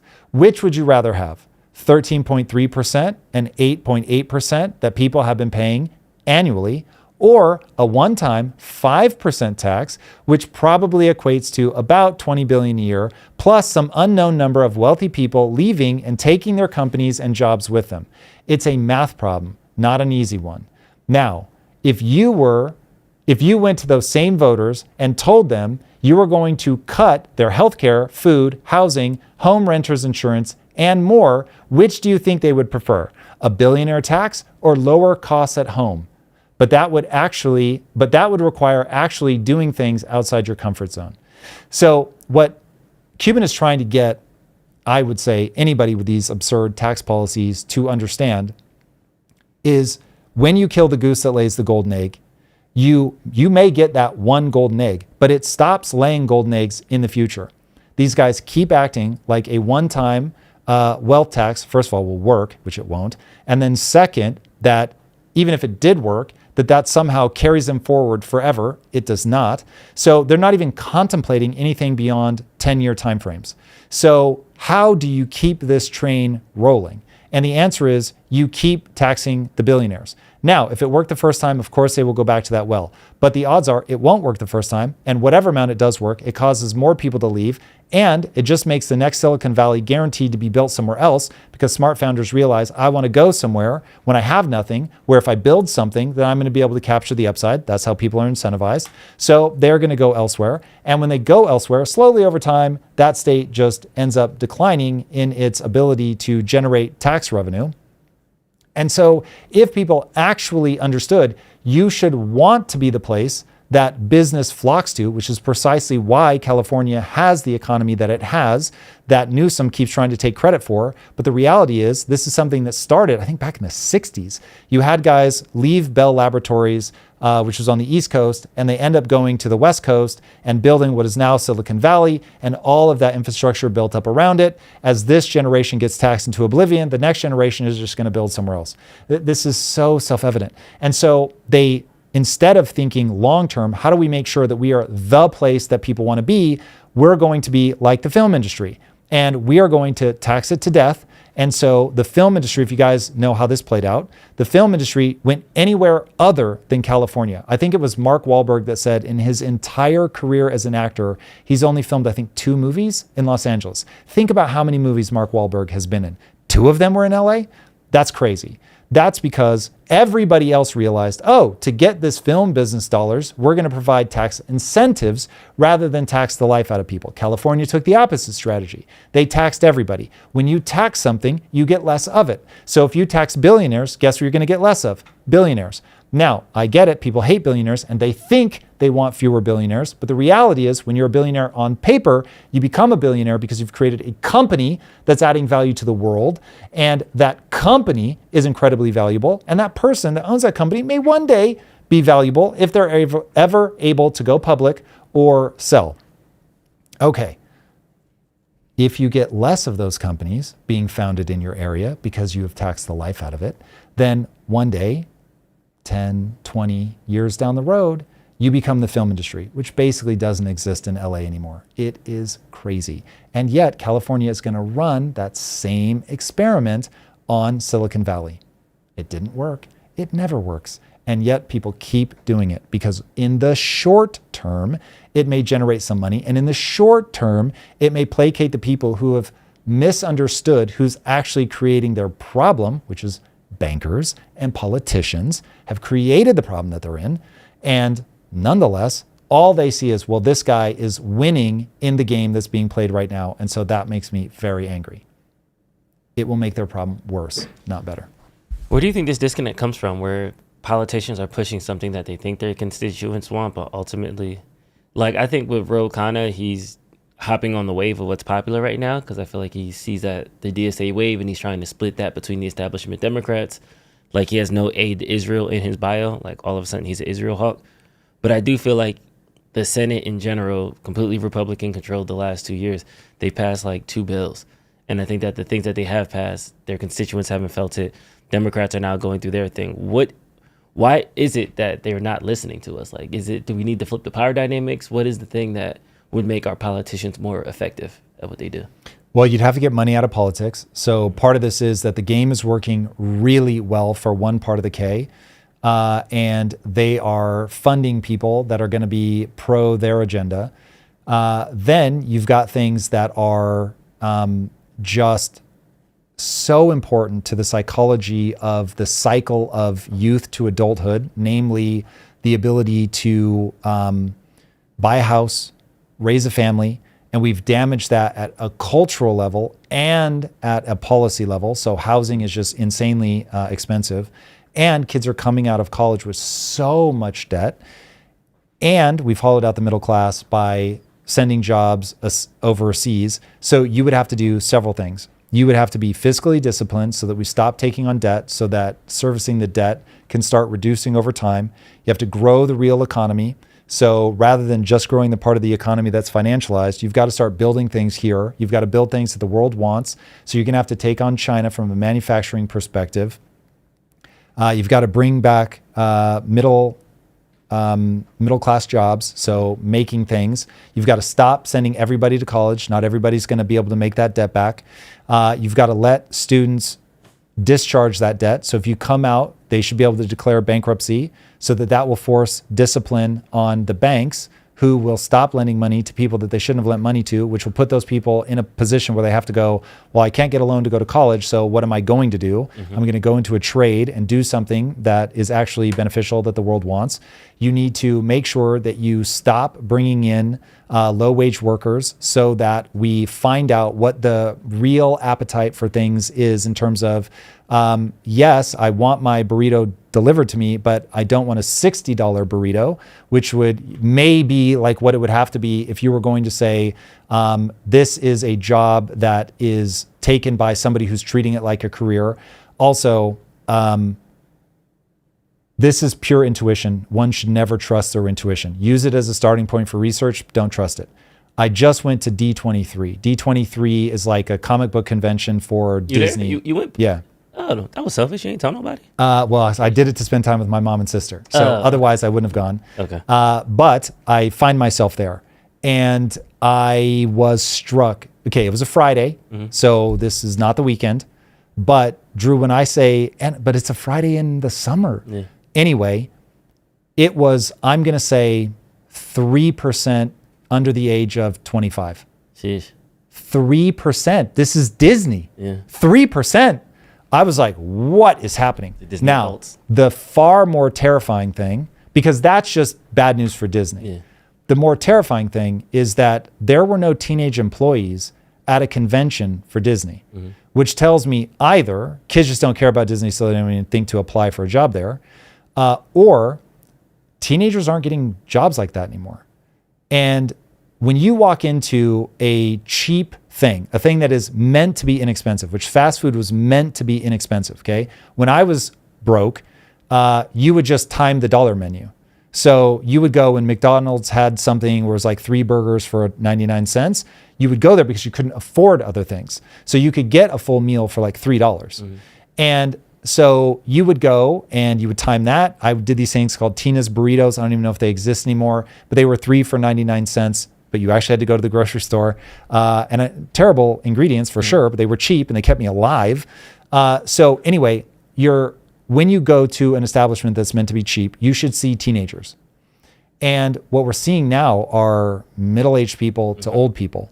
And so it's like, what are kids doing for jobs? They're either not getting jobs at all, and their parents are just shoveling them into the college pipeline. So it's like during the summer, just take it to play, during the summer, study or whatever. At least in my age group where I grew up, from the time I was 13, technically I started when I was 12, but from the time I was 13, I had to have a job. I took the one when I was 12 so I could buy a Nintendo. But from 13 up, it was a requirement in the Bilyeu household that you had a summer job. So that just doesn't exist. Now, me doing that labor meant that somebody got me very cheap. They got labor who was dumb. I didn't know what I was doing, but you could get me to do menial tasks. So I worked in a door factory, a paint warehouse, a paint store. I worked in, like, this guy had some weird thing where he sold clothes like to all these random places. I did that. I broke concrete and like laid paving stones one summer. All kinds of things that you pay somebody just because, hey, you're physical, you can go do a thing. And so they got extraordinarily cheap labor. And I got a job so I can make some money to be a little bit less of a burden to my parents. Apparently, we don't do that anymore. So there's like my intuition is I need to research it more. But my feeling is that there's a breakdown in how we think about the pipeline from youth to adulthood that is a part of a feedback loop of distortions in the economy. And I think those distortions are the things that I already laid out: college, the expense, the debt, all of that.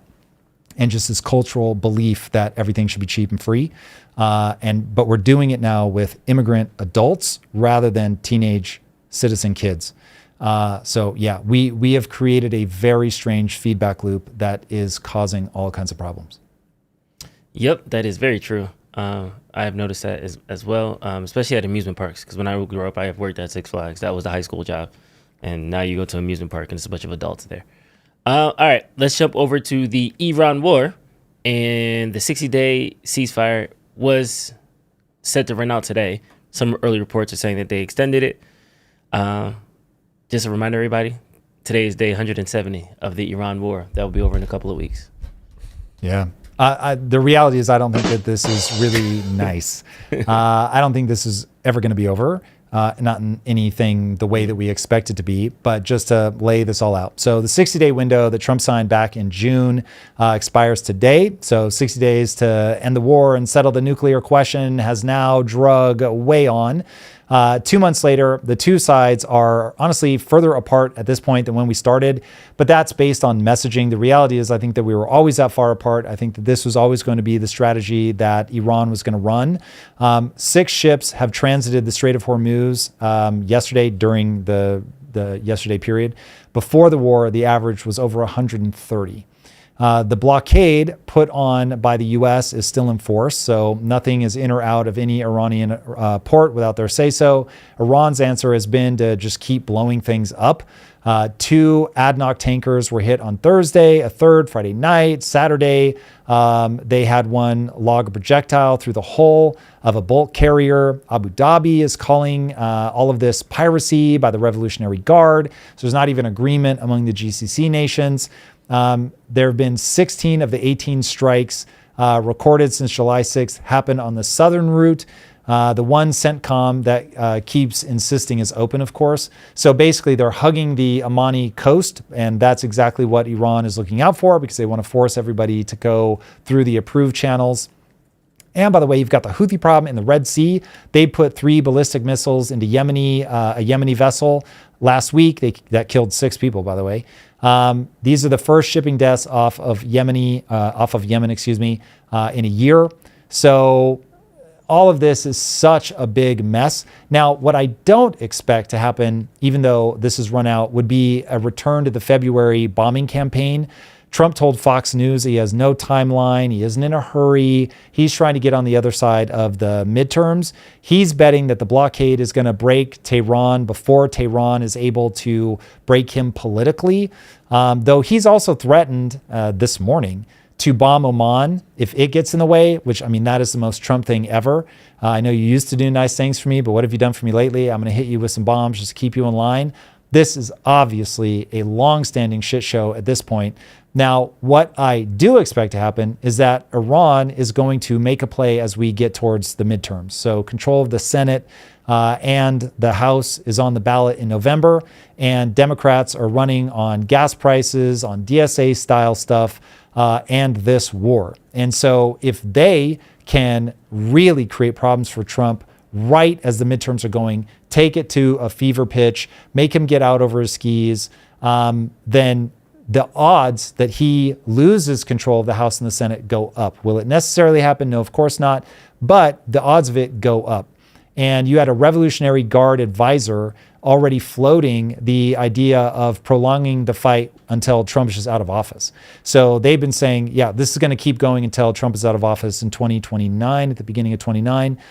So that's basically their play. So I'd be very surprised if something like that doesn't happen. But we'll see if the U.S. can actually break the blockade. Now, as luck would have it, one of my former employees is Iranian. And he ended up, several years ago, he moved back to Iran, but has now escaped. I'll use the word escape. I haven't clarified from him yet if it was really an escape or if he was just allowed to leave. But the vibe is that countries are divided, so you've got to take this with a grain of salt. This is one person. But he was saying, yeah, people really are more afraid of the regime than they are afraid of the U.S. bombs. And I was like, damn. So anyway, take it with a grain of salt. That's one person. But I did find that to be an interesting factoid. So I'm hoping I can speak to him more and get a clearer sense. Because he was like, listen, you're being propagandized hardcore. Only people that are actually living there can give you a real count of what's going on. And of course, they're constant. Because I was like, dude, I tried to reach out to you. And he's like, bro, our internet was shut down. Very hard to get a true sense of how close the Iranians are to actually breaking. So we'll see. And did he re-immigrate to America, or is he like? Yeah, no, he's back. He's back here in LA. I've invited him into the office, so hopefully we'll get a chance to sit down with him. He's not really a guy that probably wants to be on camera, but I'll certainly offer the invitation. Be very cool to be able to ask him what's really going on. I do think also he has security reasons not to go on camera. So we'll see. Yeah, there's a lot of propaganda, of course. Everybody's saying what they think is going to happen next, and it's their fault, it's our fault, we need to take over, things like that. But at the very surface level, whether it's Saudi fault, Iran's fault, whoever, it seems like we're stuck. Like, we don't have a solution out. We don't have a clear path out. We don't know what the necessary next steps are. Is that too oversimplify? No, you live in a world of force. Mm-hmm. If you can't force someone to do what you want, whether that is violent force, whether that's economic force, if you can't force them to do what you want, then odds are that they won't do what you want. And this is a thing that we see repeat all throughout history. You can conquer people, you can even take them over, but that doesn't stop them from starting to undermine you, become terroristic, making ruling over them near impossible. Look at England and what happened in India. Ultimately, they're able to boot the British out of India. So even if you are there and you've got the monopoly on violence, there are ways that people can make it absolutely impossible to govern them. And so, that's a really interesting thing with the Palestinians, man. Look at Egypt. Egypt's like, nope, hard pass. Anyway, fascinating thing that people can become impossible to govern. And so if you are unable to truly defeat somebody militarily. If you're able to defeat them militarily, but you can't rule them in a way that they're willing to accept, then you're going to be perpetually in these big quagmires. This is a big part of the reason that you didn't see Genghis Khan take over the territory and then it stay. Alexander the Great, conquers the known world, but he can't keep it. Obviously he dies, but I'm saying that these things always just break apart because people don't agree. This is the thing that I come back to with the DSA over and over and over and over and over, is ultimately the reason I know that the DSA policies are never, ever, ever, ever, ever going to work is communism will fail forever because you can't get everybody to agree to working hard and then distributing that to people who aren't working hard. They will start speaking up, and then that will threaten your system. And when they threaten your system, then you have to use violence to keep them in line. And so now you have a system that is worse in terms of the outcomes that it delivers, and you have to use force. At least capitalism makes life better for, when you look at it as a totality, it makes life better for everybody. It does not create equality, but it makes life better for everybody. And so that's why it becomes easier to govern people in a capitalist system because you have to use much less force. It's not that you don't have to use any force, but you have to use much less force. And so whenever you have a system where you can just look at it and go, the human mind is going to reject that. So I know you're going to have to use extreme force. Therefore, this is not going to work in the fullness of time because people will do everything they can to undermine you. There was a famous saying back in Russia, they pretend to pay us and we pretend to work. And so that ends up stalling out your economy because nobody's going to do the extra thing, push, go the extra mile. It becomes this predictable doom loop based on just human psychology. So that's the position that Trump should have been able to predict, that, well, if you can't beat them militarily and then govern them in a way that they want to be governed or get them to rise up themselves, you're going to end up in a quagmire where they're just going to keep hitting enough ships that try to transit that now nobody wants to go through the strait. And so you have to keep your blockade to try to pressure them, to hope that you can break them, but they're willing to endure a whole lot of economic suffering. And they've got a lot of guns, and their citizens don't have guns, so they will shoot their citizens in the face, as they have already proven, to keep them in line.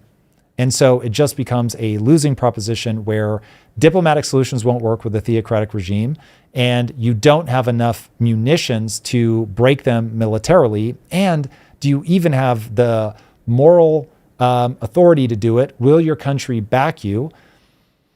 And so you're stuck in this position where the war games that they ran leading up to this should have asked one question, which is, what will you do if the sanctions and their ability to hit the ships going through the strait lasts for 3 or 4 years? What will you do?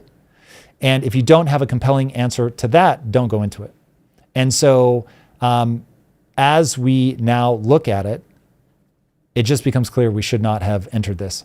And I get the impulse, like if you grant that the real impulse, and trust me, I know there are reasons to not believe this, but if you grant that the real impulse was to stop them from getting nuclear weapons, it is clear that whenever they started burying things, and I don't know if Trump 1 would have been early enough to go after them, but once they started burying things, it made it impossible to completely disarm them without a ground invasion. And we're clearly not going to do that, which means the game was already over. So the time to play this, stop them from getting a nuclear weapon, was when they started burying things.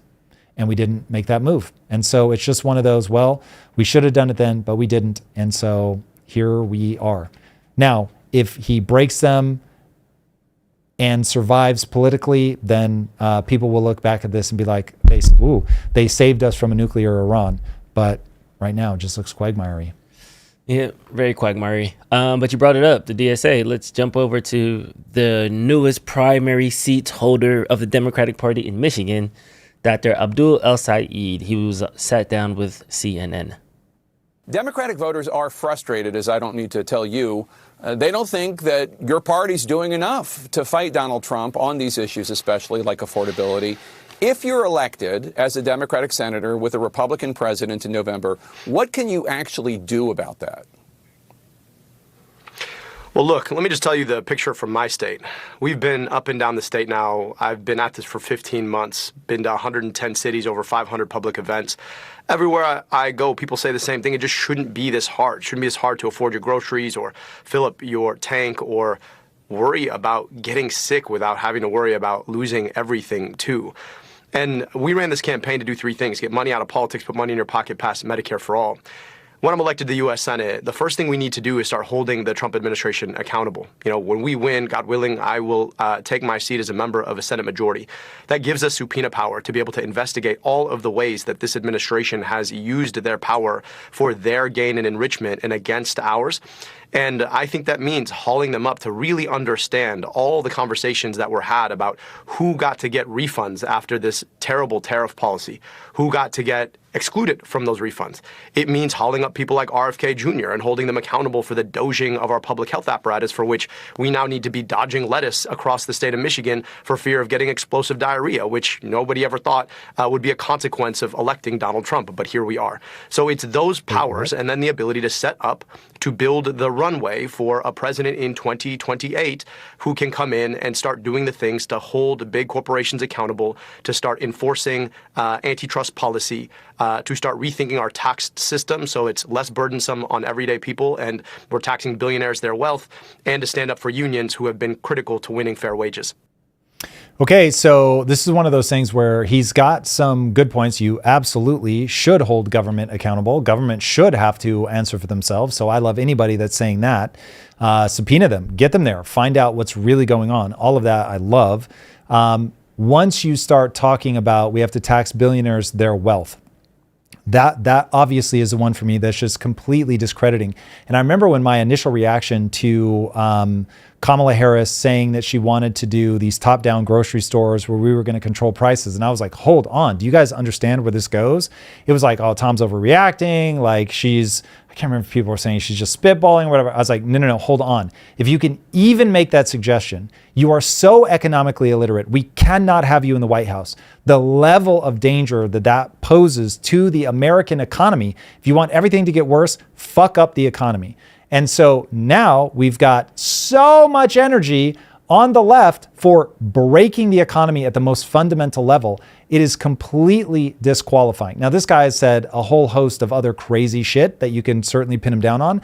But I'm telling you, when somebody is that economically illiterate, when they are coming from a populist vibes perspective, people hate billionaires, and so we're going to tax these guys their wealth, which I assure you, if he understands the first layer of okay, yes, I understand the difference between wealth and money. He certainly does not understand the knock-on consequences of what that's going to mean to the economy. And boy, would I love to hear what exactly is your plan to make the economy better. Because if you can't lay that out from a cause and effect perspective, which of course he will not be able to, he will fall back on communist talking points, which will all be emotional vibes and be absolutely ruinous to the actual functioning of the everyday economy, then this guy and everybody that talks about taxing wealth has got to be kept as far away from the halls of power as humanly possible if you want the middle class to thrive. Period. End of story.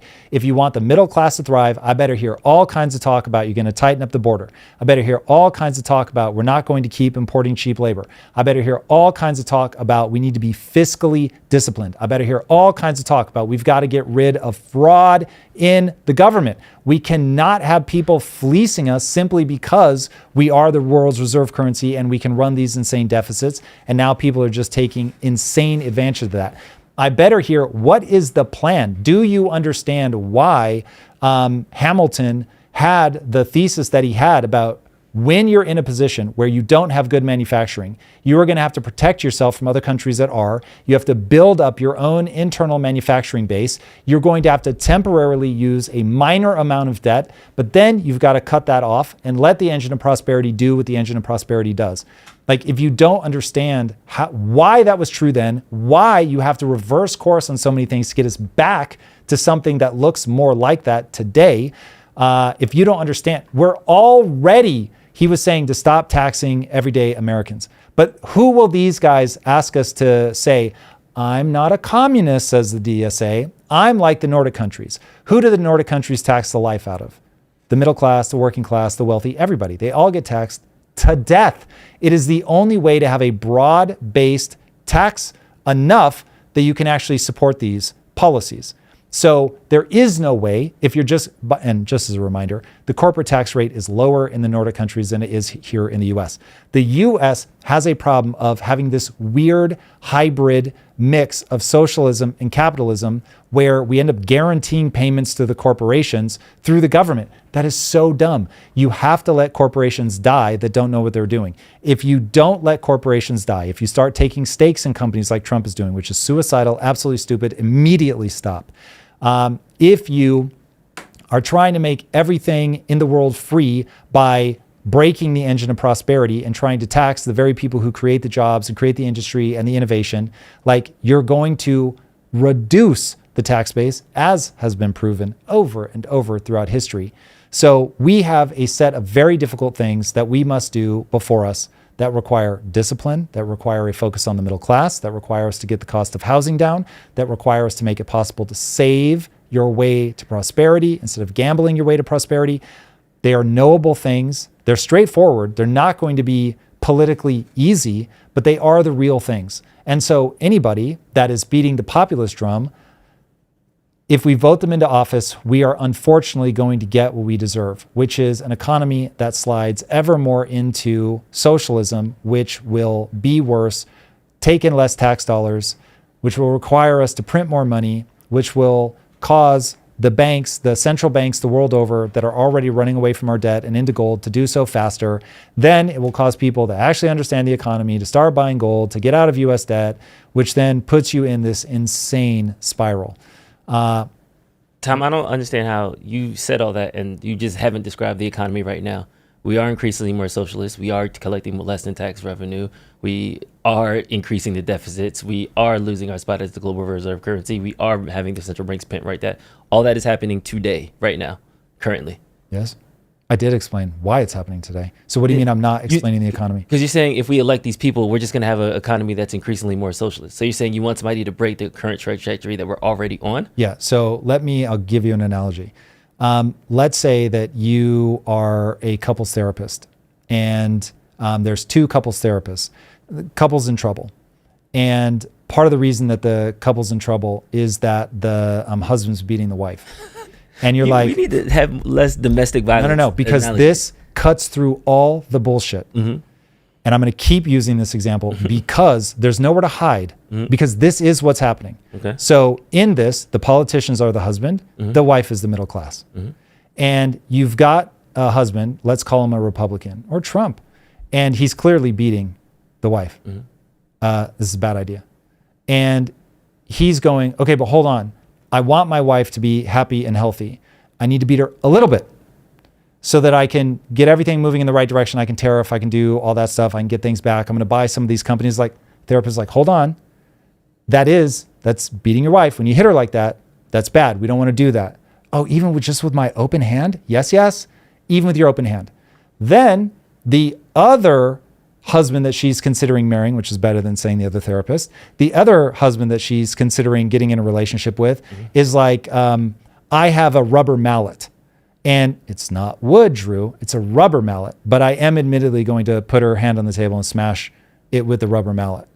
And it's like, wait, that's worse. Is that the Democrat Party or is that the DSA? That is anybody who wants to tax wealth. Anybody who wants to control the economy from the top down. These are a level of abuse that is so much higher that it's like, what the fuck? If anybody thinks they hear me defending Trump, that person is full retard. You can do a super clip of me saying all the dastardly things that Trump is doing. You will not find a super clip of me being like, he's amazing. So that's where I'm like, I'm not defending Trump. I'm saying the bad things that he does are bad, but they are not as bad as the proposals. And so the ideas that people are putting forth are so economically violent that it's like, guys, you've got to cut through the bullshit and understand how bad this is. So this isn't about going, oh, one of them is good and one of them is bad. They're both bad, but oh my God, one of them is much worse. So Trump is trying to profit off of a functioning economy. The DSA, out of resentment and absolute economic illiteracy and a hunger for power and a deep reliance on feminized, weaponized compassion want to take control of everything and run it from the top down. And that leads to mass starvation. I know people don't like this, but it leads to mass starvation. So your best case scenario is Soviet-style breadlines. I am always going to be more animated by that because the level of destruction is so much worse. As we played this clip, were you reacting to the clip or reacting to him as a representative of the DSA? I'm reacting to the clip. He says to tax billionaires their wealth. Okay.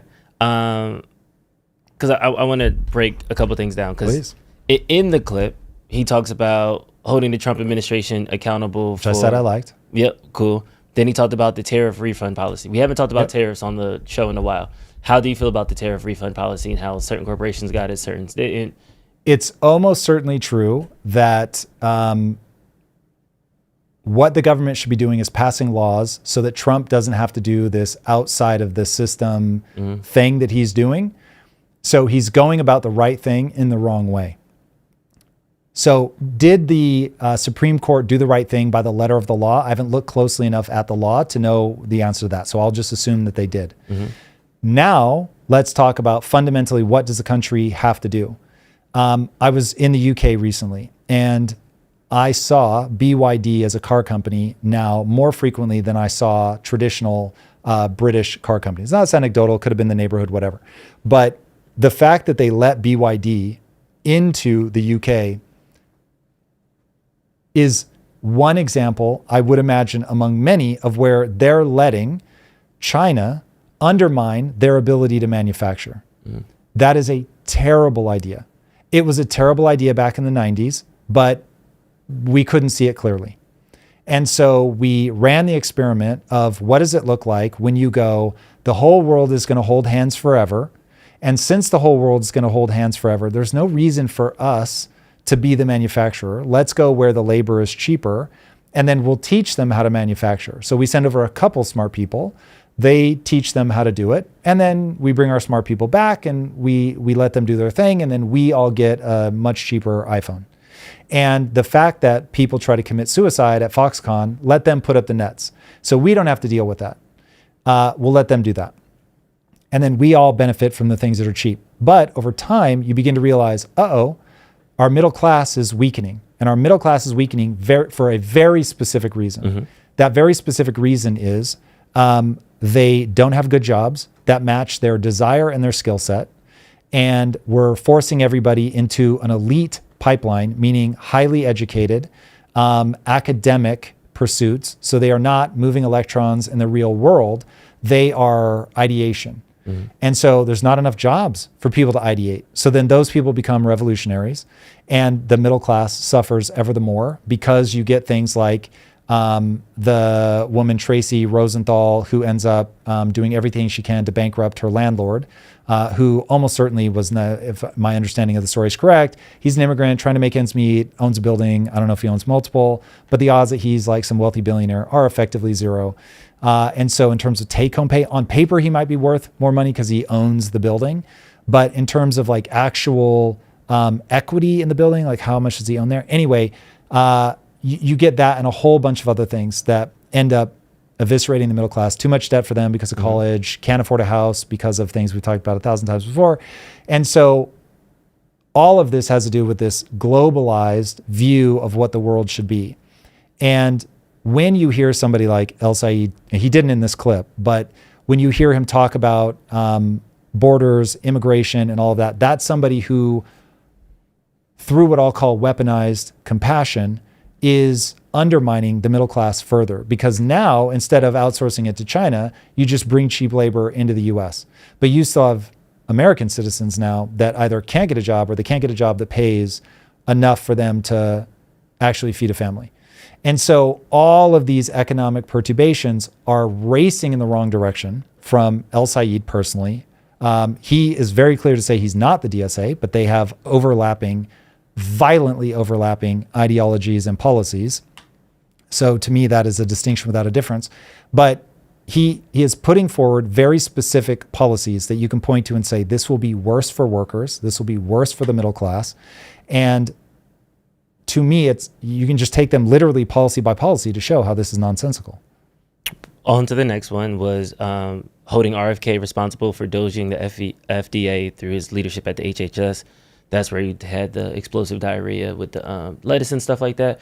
We've had an increase in outbreaks. Taylor Farms has been the proponent of a lot of these things. They are Trump donors. So, I haven't looked at the data closely enough. And so if we look at the data and we see, under RFK, like bad things really are ticking up, then fair enough. But if you look at even just what he's done from the food pyramid perspective, that's revolutionary. And so we have a government that has a history from the 60s or 70s of abusing the populace so horrifically that to say that he's like some unique evil, it is a claim I will not tolerate. Got it. So this is somebody, now again, he's either evil or ignorant. I don't care which, but he's one of them. And he knows or he's ignorant to the fact that the American government has put forward that you should be eating glucose, sugar, as like the base of the pyramid. That is I'm not joking, that is a crime against humanity. And every administration, Republican, Democrat alike, have had the opportunity to unwind that, and they haven't. Now, have they not because of lobbies? Almost certainly. So back to money in politics and how corporations are leveraging that to get at people, which is why I say, break up monopolies. I've championed that a gazillion times. Get money out of politics. I've championed that a gazillion times. I am not for corporations should just be able to do what the hell they want. But to make out like, the government is who needs to be in control, and we've got this rogue agent over here that's come in and he's like fucking everything up because there's a parasite in the lettuce, when my entire life there have been outbreaks of different things. Again, maybe there's a trend here that I'm unaware of, but I remember living through the E. coli outbreak. So food is very hard. And the fact that we have gotten as far as we have by scaling this stuff up as far as we have is breathtaking already. So I'm going to need to look at the evidence again. Maybe it's there and I just haven't seen it, but I don't see any evidence of that. The rates of autism are sky high. It's crazy. There is a problem somewhere. We need to figure out what that is. Now, RFK may be wrong about what that is. That's entirely possible. Let's have that debate in public. But before RFK, it was shut up. You're going to be erased from society because you have views that we consider to be false. So people are acting as if everything was normal. We weren't being abused by government policy before RFK. Now we've got a lunatic in there and we are being abused. Hard pass.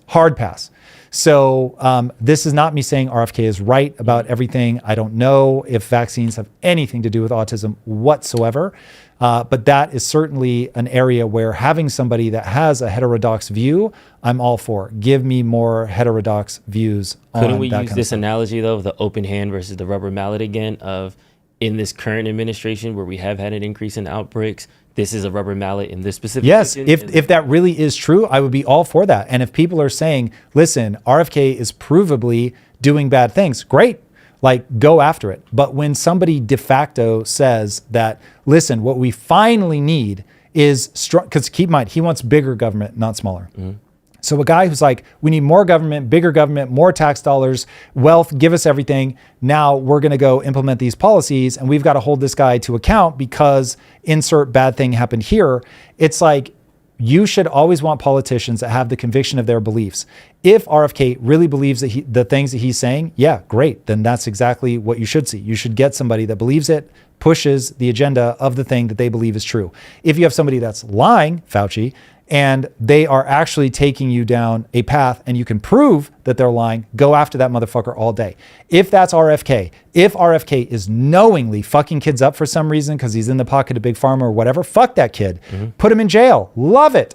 But if you have somebody who sincerely is saying, I see a problem, and that person goes through all the confirmation hearings and all of that, and they're acting sincerely, that's as the system should work.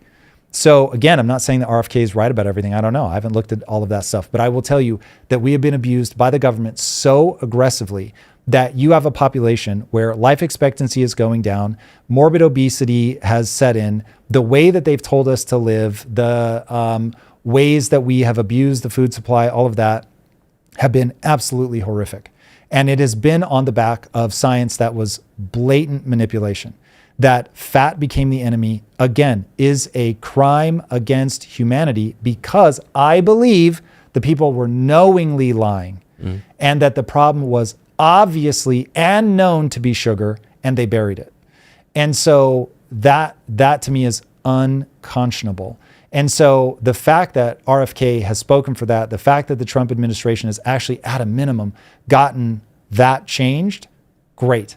Now, are they fucking up vaccines? Maybe. And maybe that's a real problem. And maybe we're going to see huge consequences. Maybe this is rubber mallet and people need to go in, get these fucking guys out. Very possible, but show me. Show me that that's real. Got you.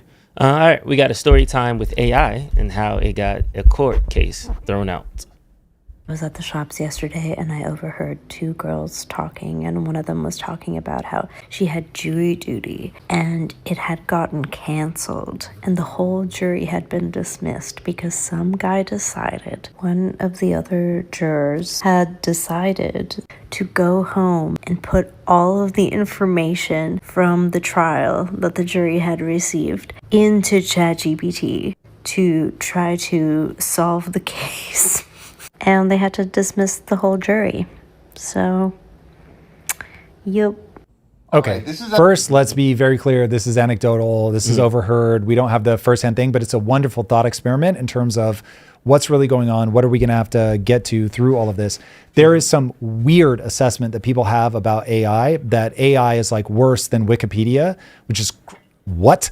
Like, this is crazy. Now, AI is very fallible. So you should be using it to put together what is actually happening. So if you dump in here's the information from the trial, who do you think is guilty? That's insane. But if you're using AI to figure something out, like, hey, I need to understand, is this thing true? Doing your own research, but using AI to do research. AI is the single most profound research tool that has ever existed in humanity. And by the way, it is only going to get better. And so we have to be very cognizant that the different makers of AI are coding in biases. So you cannot take it as just like, oh, whatever it tells me is going to be true, because it's riddled with the human bias. However, dude, when I look at, okay, my goal is to get to cause and effect. And so I need a quick way to find out what's going on. Even just as having a resource that will go out into the universe and pull in sources and say, here are the 14 reports and studies that you should be looking at. Cool, give me those. Okay, that was way faster than it would have been historically. So also everything on the internet right now, which I don't think anybody's saying don't use the internet to do research. So everything on the internet carries the same bias. Wikipedia is ridiculously biased. Social media is obviously ridiculously biased. And so people are now saying as if somehow AI is like this unique thing. Again, I've said this before and I will keep saying this, all of people's anti-AI sentiment, I think, is detached from what it is actually like to engage with AI and is based on anxieties that AI is going to eliminate their jobs. The reality is AI has wild limitations. They become very easy to see the more you interact with AI, but AI is an extraordinary tool for going out and bringing information back by being able to then go through that information, ask questions based on the information, to have a debate partner. So you can say, okay, here's what I think, prove me wrong. And then it will give you arguments and then you argue back those points. You can get AI to go, you're right, I was wrong about that.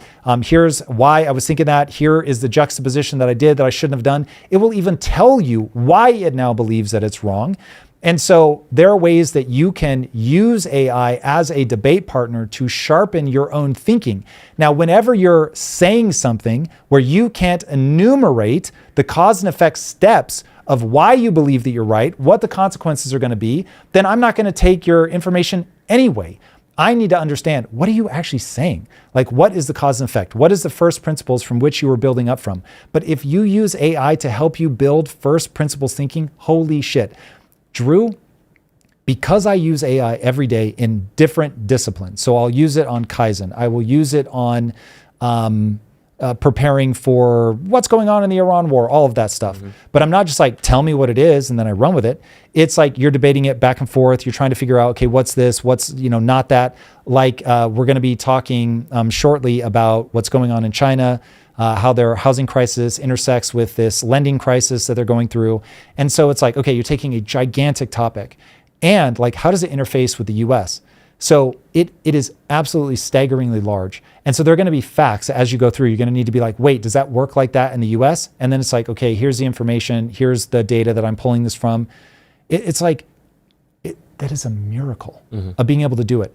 Though what I liken it to is you have your best friend is the smartest person in the world on every topic. And you can just ask some questions, but he's still a fucking human. Like, he's going to have biases. He's going to be dumb to something, right? And so it's like, if what your friend tells you doesn't make sense, ask more questions. And then your friend might be like, yeah, actually, I don't know a lot about that. Okay, fine, cool. Now I know.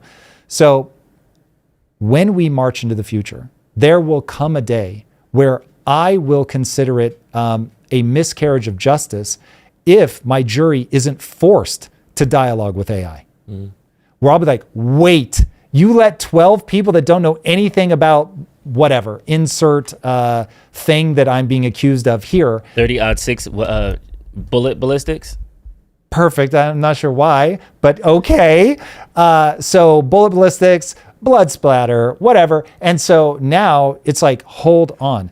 I want to make sure, first of all, the attorneys are trying to manipulate you. So that's already a thing. And then second, the jury, if you've ever watched 12 Angry Men, you see how one powerful voice on a jury can sway other people. So now that person gets sort of mind control over the jury. And so eventually, this obviously is not ready for this today. I'm not saying today, but eventually, just like the attorneys battle for what jury members are we going to select, they're going to battle over what AI becomes the like dialogue partner with the jury.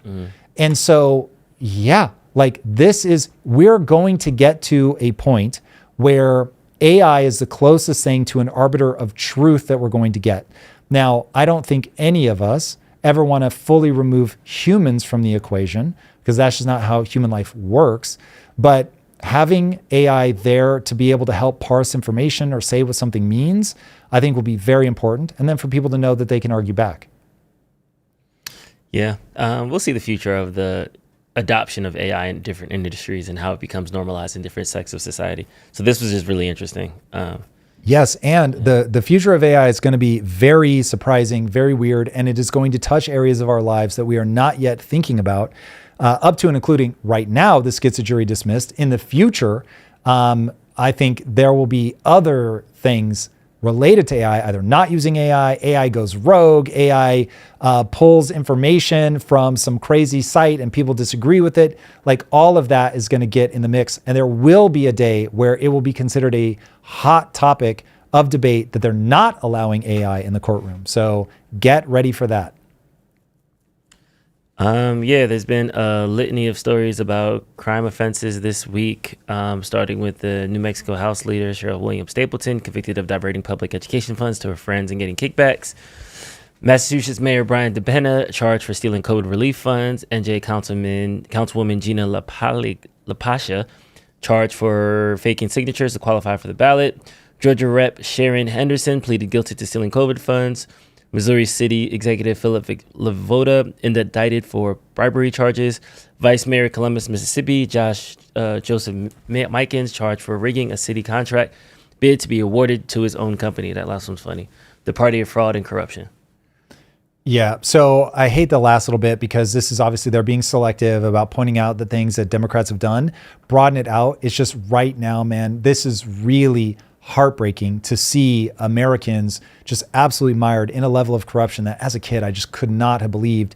You heard in other countries that this kind of thing was always happening, but man, to see it happening as much as it's happening now. And I think a big part of this is because we're in a populist moment where everybody thinks the other side is so wrong that it's right to, if you're stealing money, to empower your side. Like the guy from Black Eyed Peas, no, sorry, not Black Eyed Peas, the Fugees.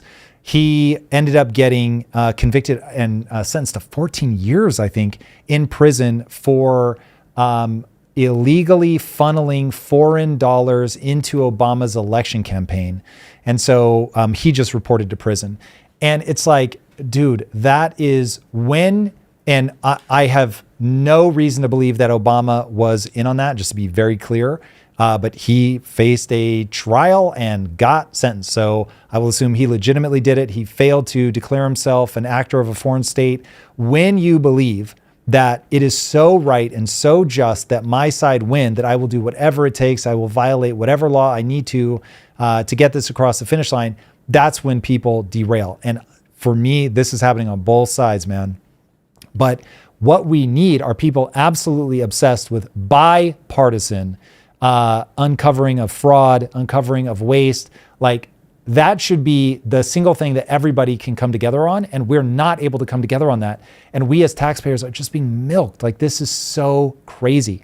So I'm admittedly very happy to see that people are going to jail over this. I'm very happy to see that people are being pursued legally over this. I'm very happy to see that it's just being brought to the surface so that people are more paranoid about their leaders. And man, this is never going to happen. But I really wish that both sides were looking at their own team and being like, hey, what is my own team doing here? Because I want my own team playing from a place of honor and integrity. And Warren Buffett talked about this in a really interesting way. And he said, when you're hiring somebody, you should look for integrity, intelligence, and energy. But he said, if they don't have integrity, you really hope that they're stupid and lazy. And I was like, yes, that is absolutely true. But unfortunately, certainly right now, politics is attracting these like Machiavellian types that are dark triad, that are smart, but just completely unprincipled, and high energy, motivated to get their side to win. That is one of the things that's most scary about a populist moment, is people are just win at all costs. And that will erode the moral fabric of our country very fast. All right, we got some super chats. Yes, we do. First up comes from Marussia Dark. Would love to see you interview the guys from the China show and trade notes on what you think the CCP's capabilities are. Also, I sent you a video. China show? Hold on, I don't even know the China show. I don't know what the China show is either. I think it's just two guys who are in China, though, if I'm thinking of the right thing. Hey, right? Send it my way. Mike Rowe's guest giving a masterclass in destroying socialism and communism. Ah, interesting. Mike Rowe. Yes, that's the video that Marussia sent in Discord. Oh, okay. Got it. Mike Rowe is not the guy expected to be doing that. He's the blue collar guy, right? Like the dirtiest jobs or whatever. Mm-hmm. Oh, I don't know, Mike. Yeah. Yes. I'll have to check it out. Marussia Dark also says, so thank you for the 40, Marussia. I asked Grok about how many illegal immigrants are in New Jersey. Pew estimates 600K, GOP says 892K, but even the left-wing estimate was 450K to 500K. Damn. That means between 1 in 10 to 1 in 20 people here are illegal immigrants, which is a damning statistic. 5% on the low end? Yikes. That's wild. Island Inversion says, morning, had a thought that, like Friday Funnies, you could do a segment on Mondays that's inspirational, like tech breakthroughs, your game updates, etc. Thanks for everything you and the team do. Man, I love the idea of trying that. We'll see if it's popular, but I love it. That'd be great. Thank you for paying money to support the channel, to give me good ideas to support the channel. That is a double whammy that I'm grateful for. Tension Field says, how is such a young nation already speedrunning late empire problems like hyper-financialization and extreme economic inequality? It took ancient empires centuries to reach the decline we're hitting in decades. That's not quite true. So empires tend to last between 150 and 250 years. So we're really right on schedule. So yeah, that's just how long it takes that loop to play out. So much to my dismay, depending on sort of where you clock our ascension, if you clock it from day one, obviously we're right on for 250 years. If you don't clock it until, let's say we've been around for 100 years, we're still right at the low end. So yeah, much to my dismay, this is very typical, very typical. You're thinking maybe more of civilizations, but just to give you an idea, America is substantively older than Italy. We're not older than the Italian region, that part of Earth having people on it, but Italy as a country is very new. So I think people confuse, like they think of, well, Italy is Rome. No, very different. GraphsTube says, Candace is now on camera saying, quote, 0% chance Tyler Robinson was the killer, and quote, I'm not saying Tyler Robinson is a patsy. Literally her prompt. That's worth a lot, maybe not 300K. Come trial time, credibility hit to one of the two. Yeah, it won't. Here's how this is going to play out. she'll always be able to say that, no. There are so many questions here that these guys just didn't get to the truth. And the people that believe like her, that if something feels wrong, it is wrong. And then you can marry it to, but we've been lied to so many times in the past. So what makes you guys think that this really is true? And so if you've completely rejected all systems, all institutions, and you're just like, they're all corrupt, they're all prone to lying, why would any of you guys fall for it? You guys are the suckers. It is unfalsifiable. Because it's unfalsifiable, Candace is going to get to the other side of this absolutely unscathed. And when people go to debate her, she's going to do exactly what she did here. She is going to reject their frame. They are going to expect somebody that will topple easily. She won't. And it would be very interesting to see her debate Destiny. If she debated Destiny and they just went fact for fact, and he was able to meet her on the facts that she puts forward. And so he's done more research on the movements of the Egyptian planes than she has, which is his superpower, then at least people who are fact-minded are going to be like, oh yeah, she's Looney Tunes. But the people that already think that that's just all bullshit and he's just an Israeli propagandist, which of course is what they will roll out, it's unfalsifiable. And she is very good, intuitively or otherwise. Here's what I really think about Candace. I think Candace is sincere. I don't think she thinks her audience is dumb and she's just trying to milk them, which is why she is so calm and so confident. You're not going to be able to catch her out. And the reason you won't be able to catch her out is people are trying to catch her being insincere, and she's being sincere. And that's the thing. She may be wrong and she will update her specific talking points and all of that, but she's being sincere, man. And because she's being sincere, she'll keep getting people, because she won't adopt their frame. She will invite them into hers. They'll try to catch her out with like, did you get a text message? That kind of bullshit. And it's like, bro, I'm about this life. Candace is about it, you guys. She's about it. And you trying to catch her out like she's a grifter, you're going to keep having that one backfire in your face. You have to assume that she believes what she's saying, that she's done an insane amount of research, that she won't accept your frame of reference, that she actually believes that it means something to have a dream where somebody talks to you. Drew's not going to like this one, but the second somebody can believe in God, all bets are off. You don't need proof. You need only faith. And so now once you're like, yeah, like my entire worldview is predicated on faith, she has faith that Charlie's in heaven and is speaking to her. Yeesh. That's tough to overcome. Silent Knight says, what sacrifices are our system going to have to make to avoid a majority of disenfranchised people from moving to socialism or trying to break it? Which one's going to be harder? Break more people? What was the beginning of that? Which sacrifices our system going to have to make to avoid a majority of disenfranchised people? To avoid, okay, that's a very specific ask. To avoid disenfranchising people. From moving to socialism or trying to break it. I feel like the whole sentence matters. So how do you bring people back to the middle? Is that the real crux of the question? What sacrifice has to be made to avoid all these disenfranchised people moving to socialism or trying to break capitalism, going for a full? Oh, trying to break capitalism. I thought it was trying to break socialism. Oh yeah, no, that's how I read. I mean, probably capitalism though. Okay, that at least becomes easier to answer. Okay, so the sacrifices that would have to be made, you would need to immediately let people declare bankruptcy on student debt. You would need to unleash the ability to build housing so that housing prices can come back down. You would need to, in the longer term, you have to keep focusing on bringing middle-class jobs back to America. That's going to be critically important. What would be like another really fast speed run?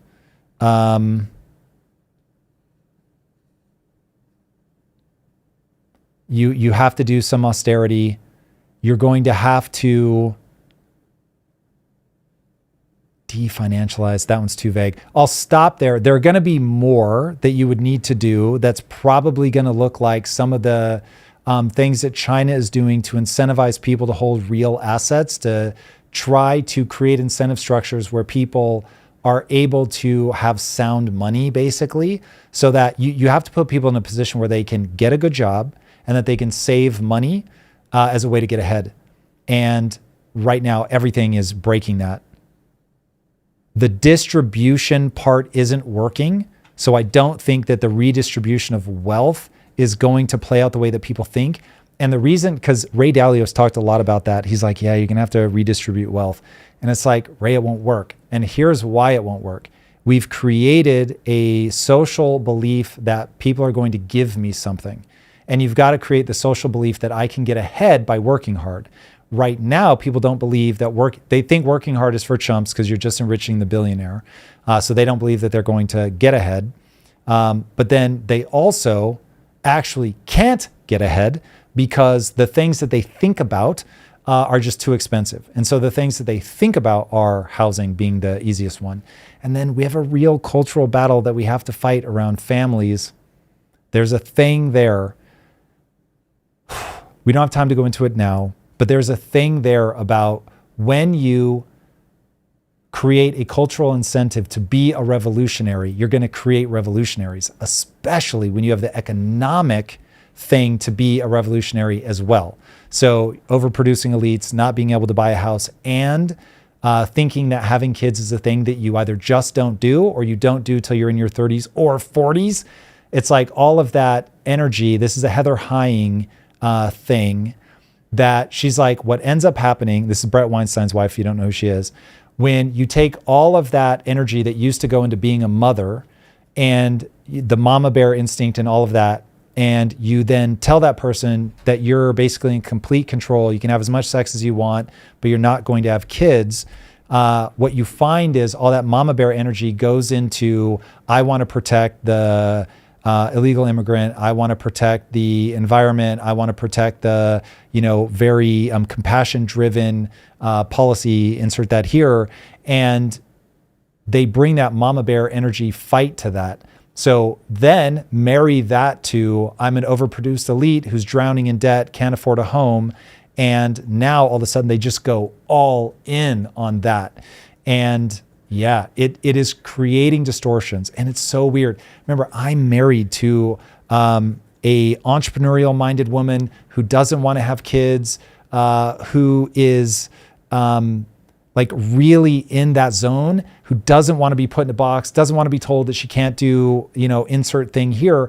And so I never want to see a woman not have those choices, but we have to accept that at a societal level that there are knock-on effects to these things. And so how do we mitigate? How do we deal with those? How do we accept that we should never take choice away from somebody, but that there are going to be these things that happen downstream of that? And so how do we make sure that we don't accelerate those things by making housing too expensive, burying them under debt, overproducing elites, et cetera, et cetera?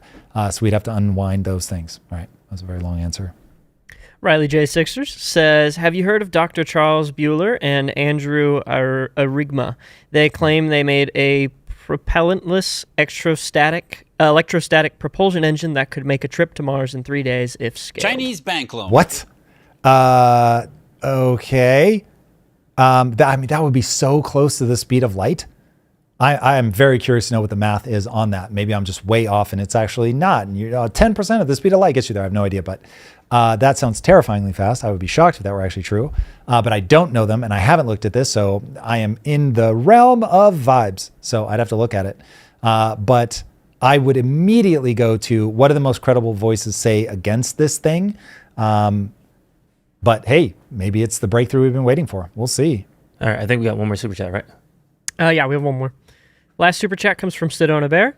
The debate frame was overwhelming evidence. TR did it. AW changed it to convince me. There is not any evidence that TR did it, but rather the opposite. AW was supposed to prove his point. Who's TR? Isn't it Candace Owens and Tyler Robinson? Oh, yeah. Oh, got it. Okay, so basically, read that again now that I know what they mean by TR. The debate frame was there. Was overwhelming evidence. TR did it, and AW changed it to convince me. There is not any evidence that TR did it, but rather the opposite. AW was supposed to prove his point. Got you. There we go. Okay, yeah, that makes sense to me. There's no way that you're going to be able to do that when you define that this is all vibes, which is what Andrew Wilson did.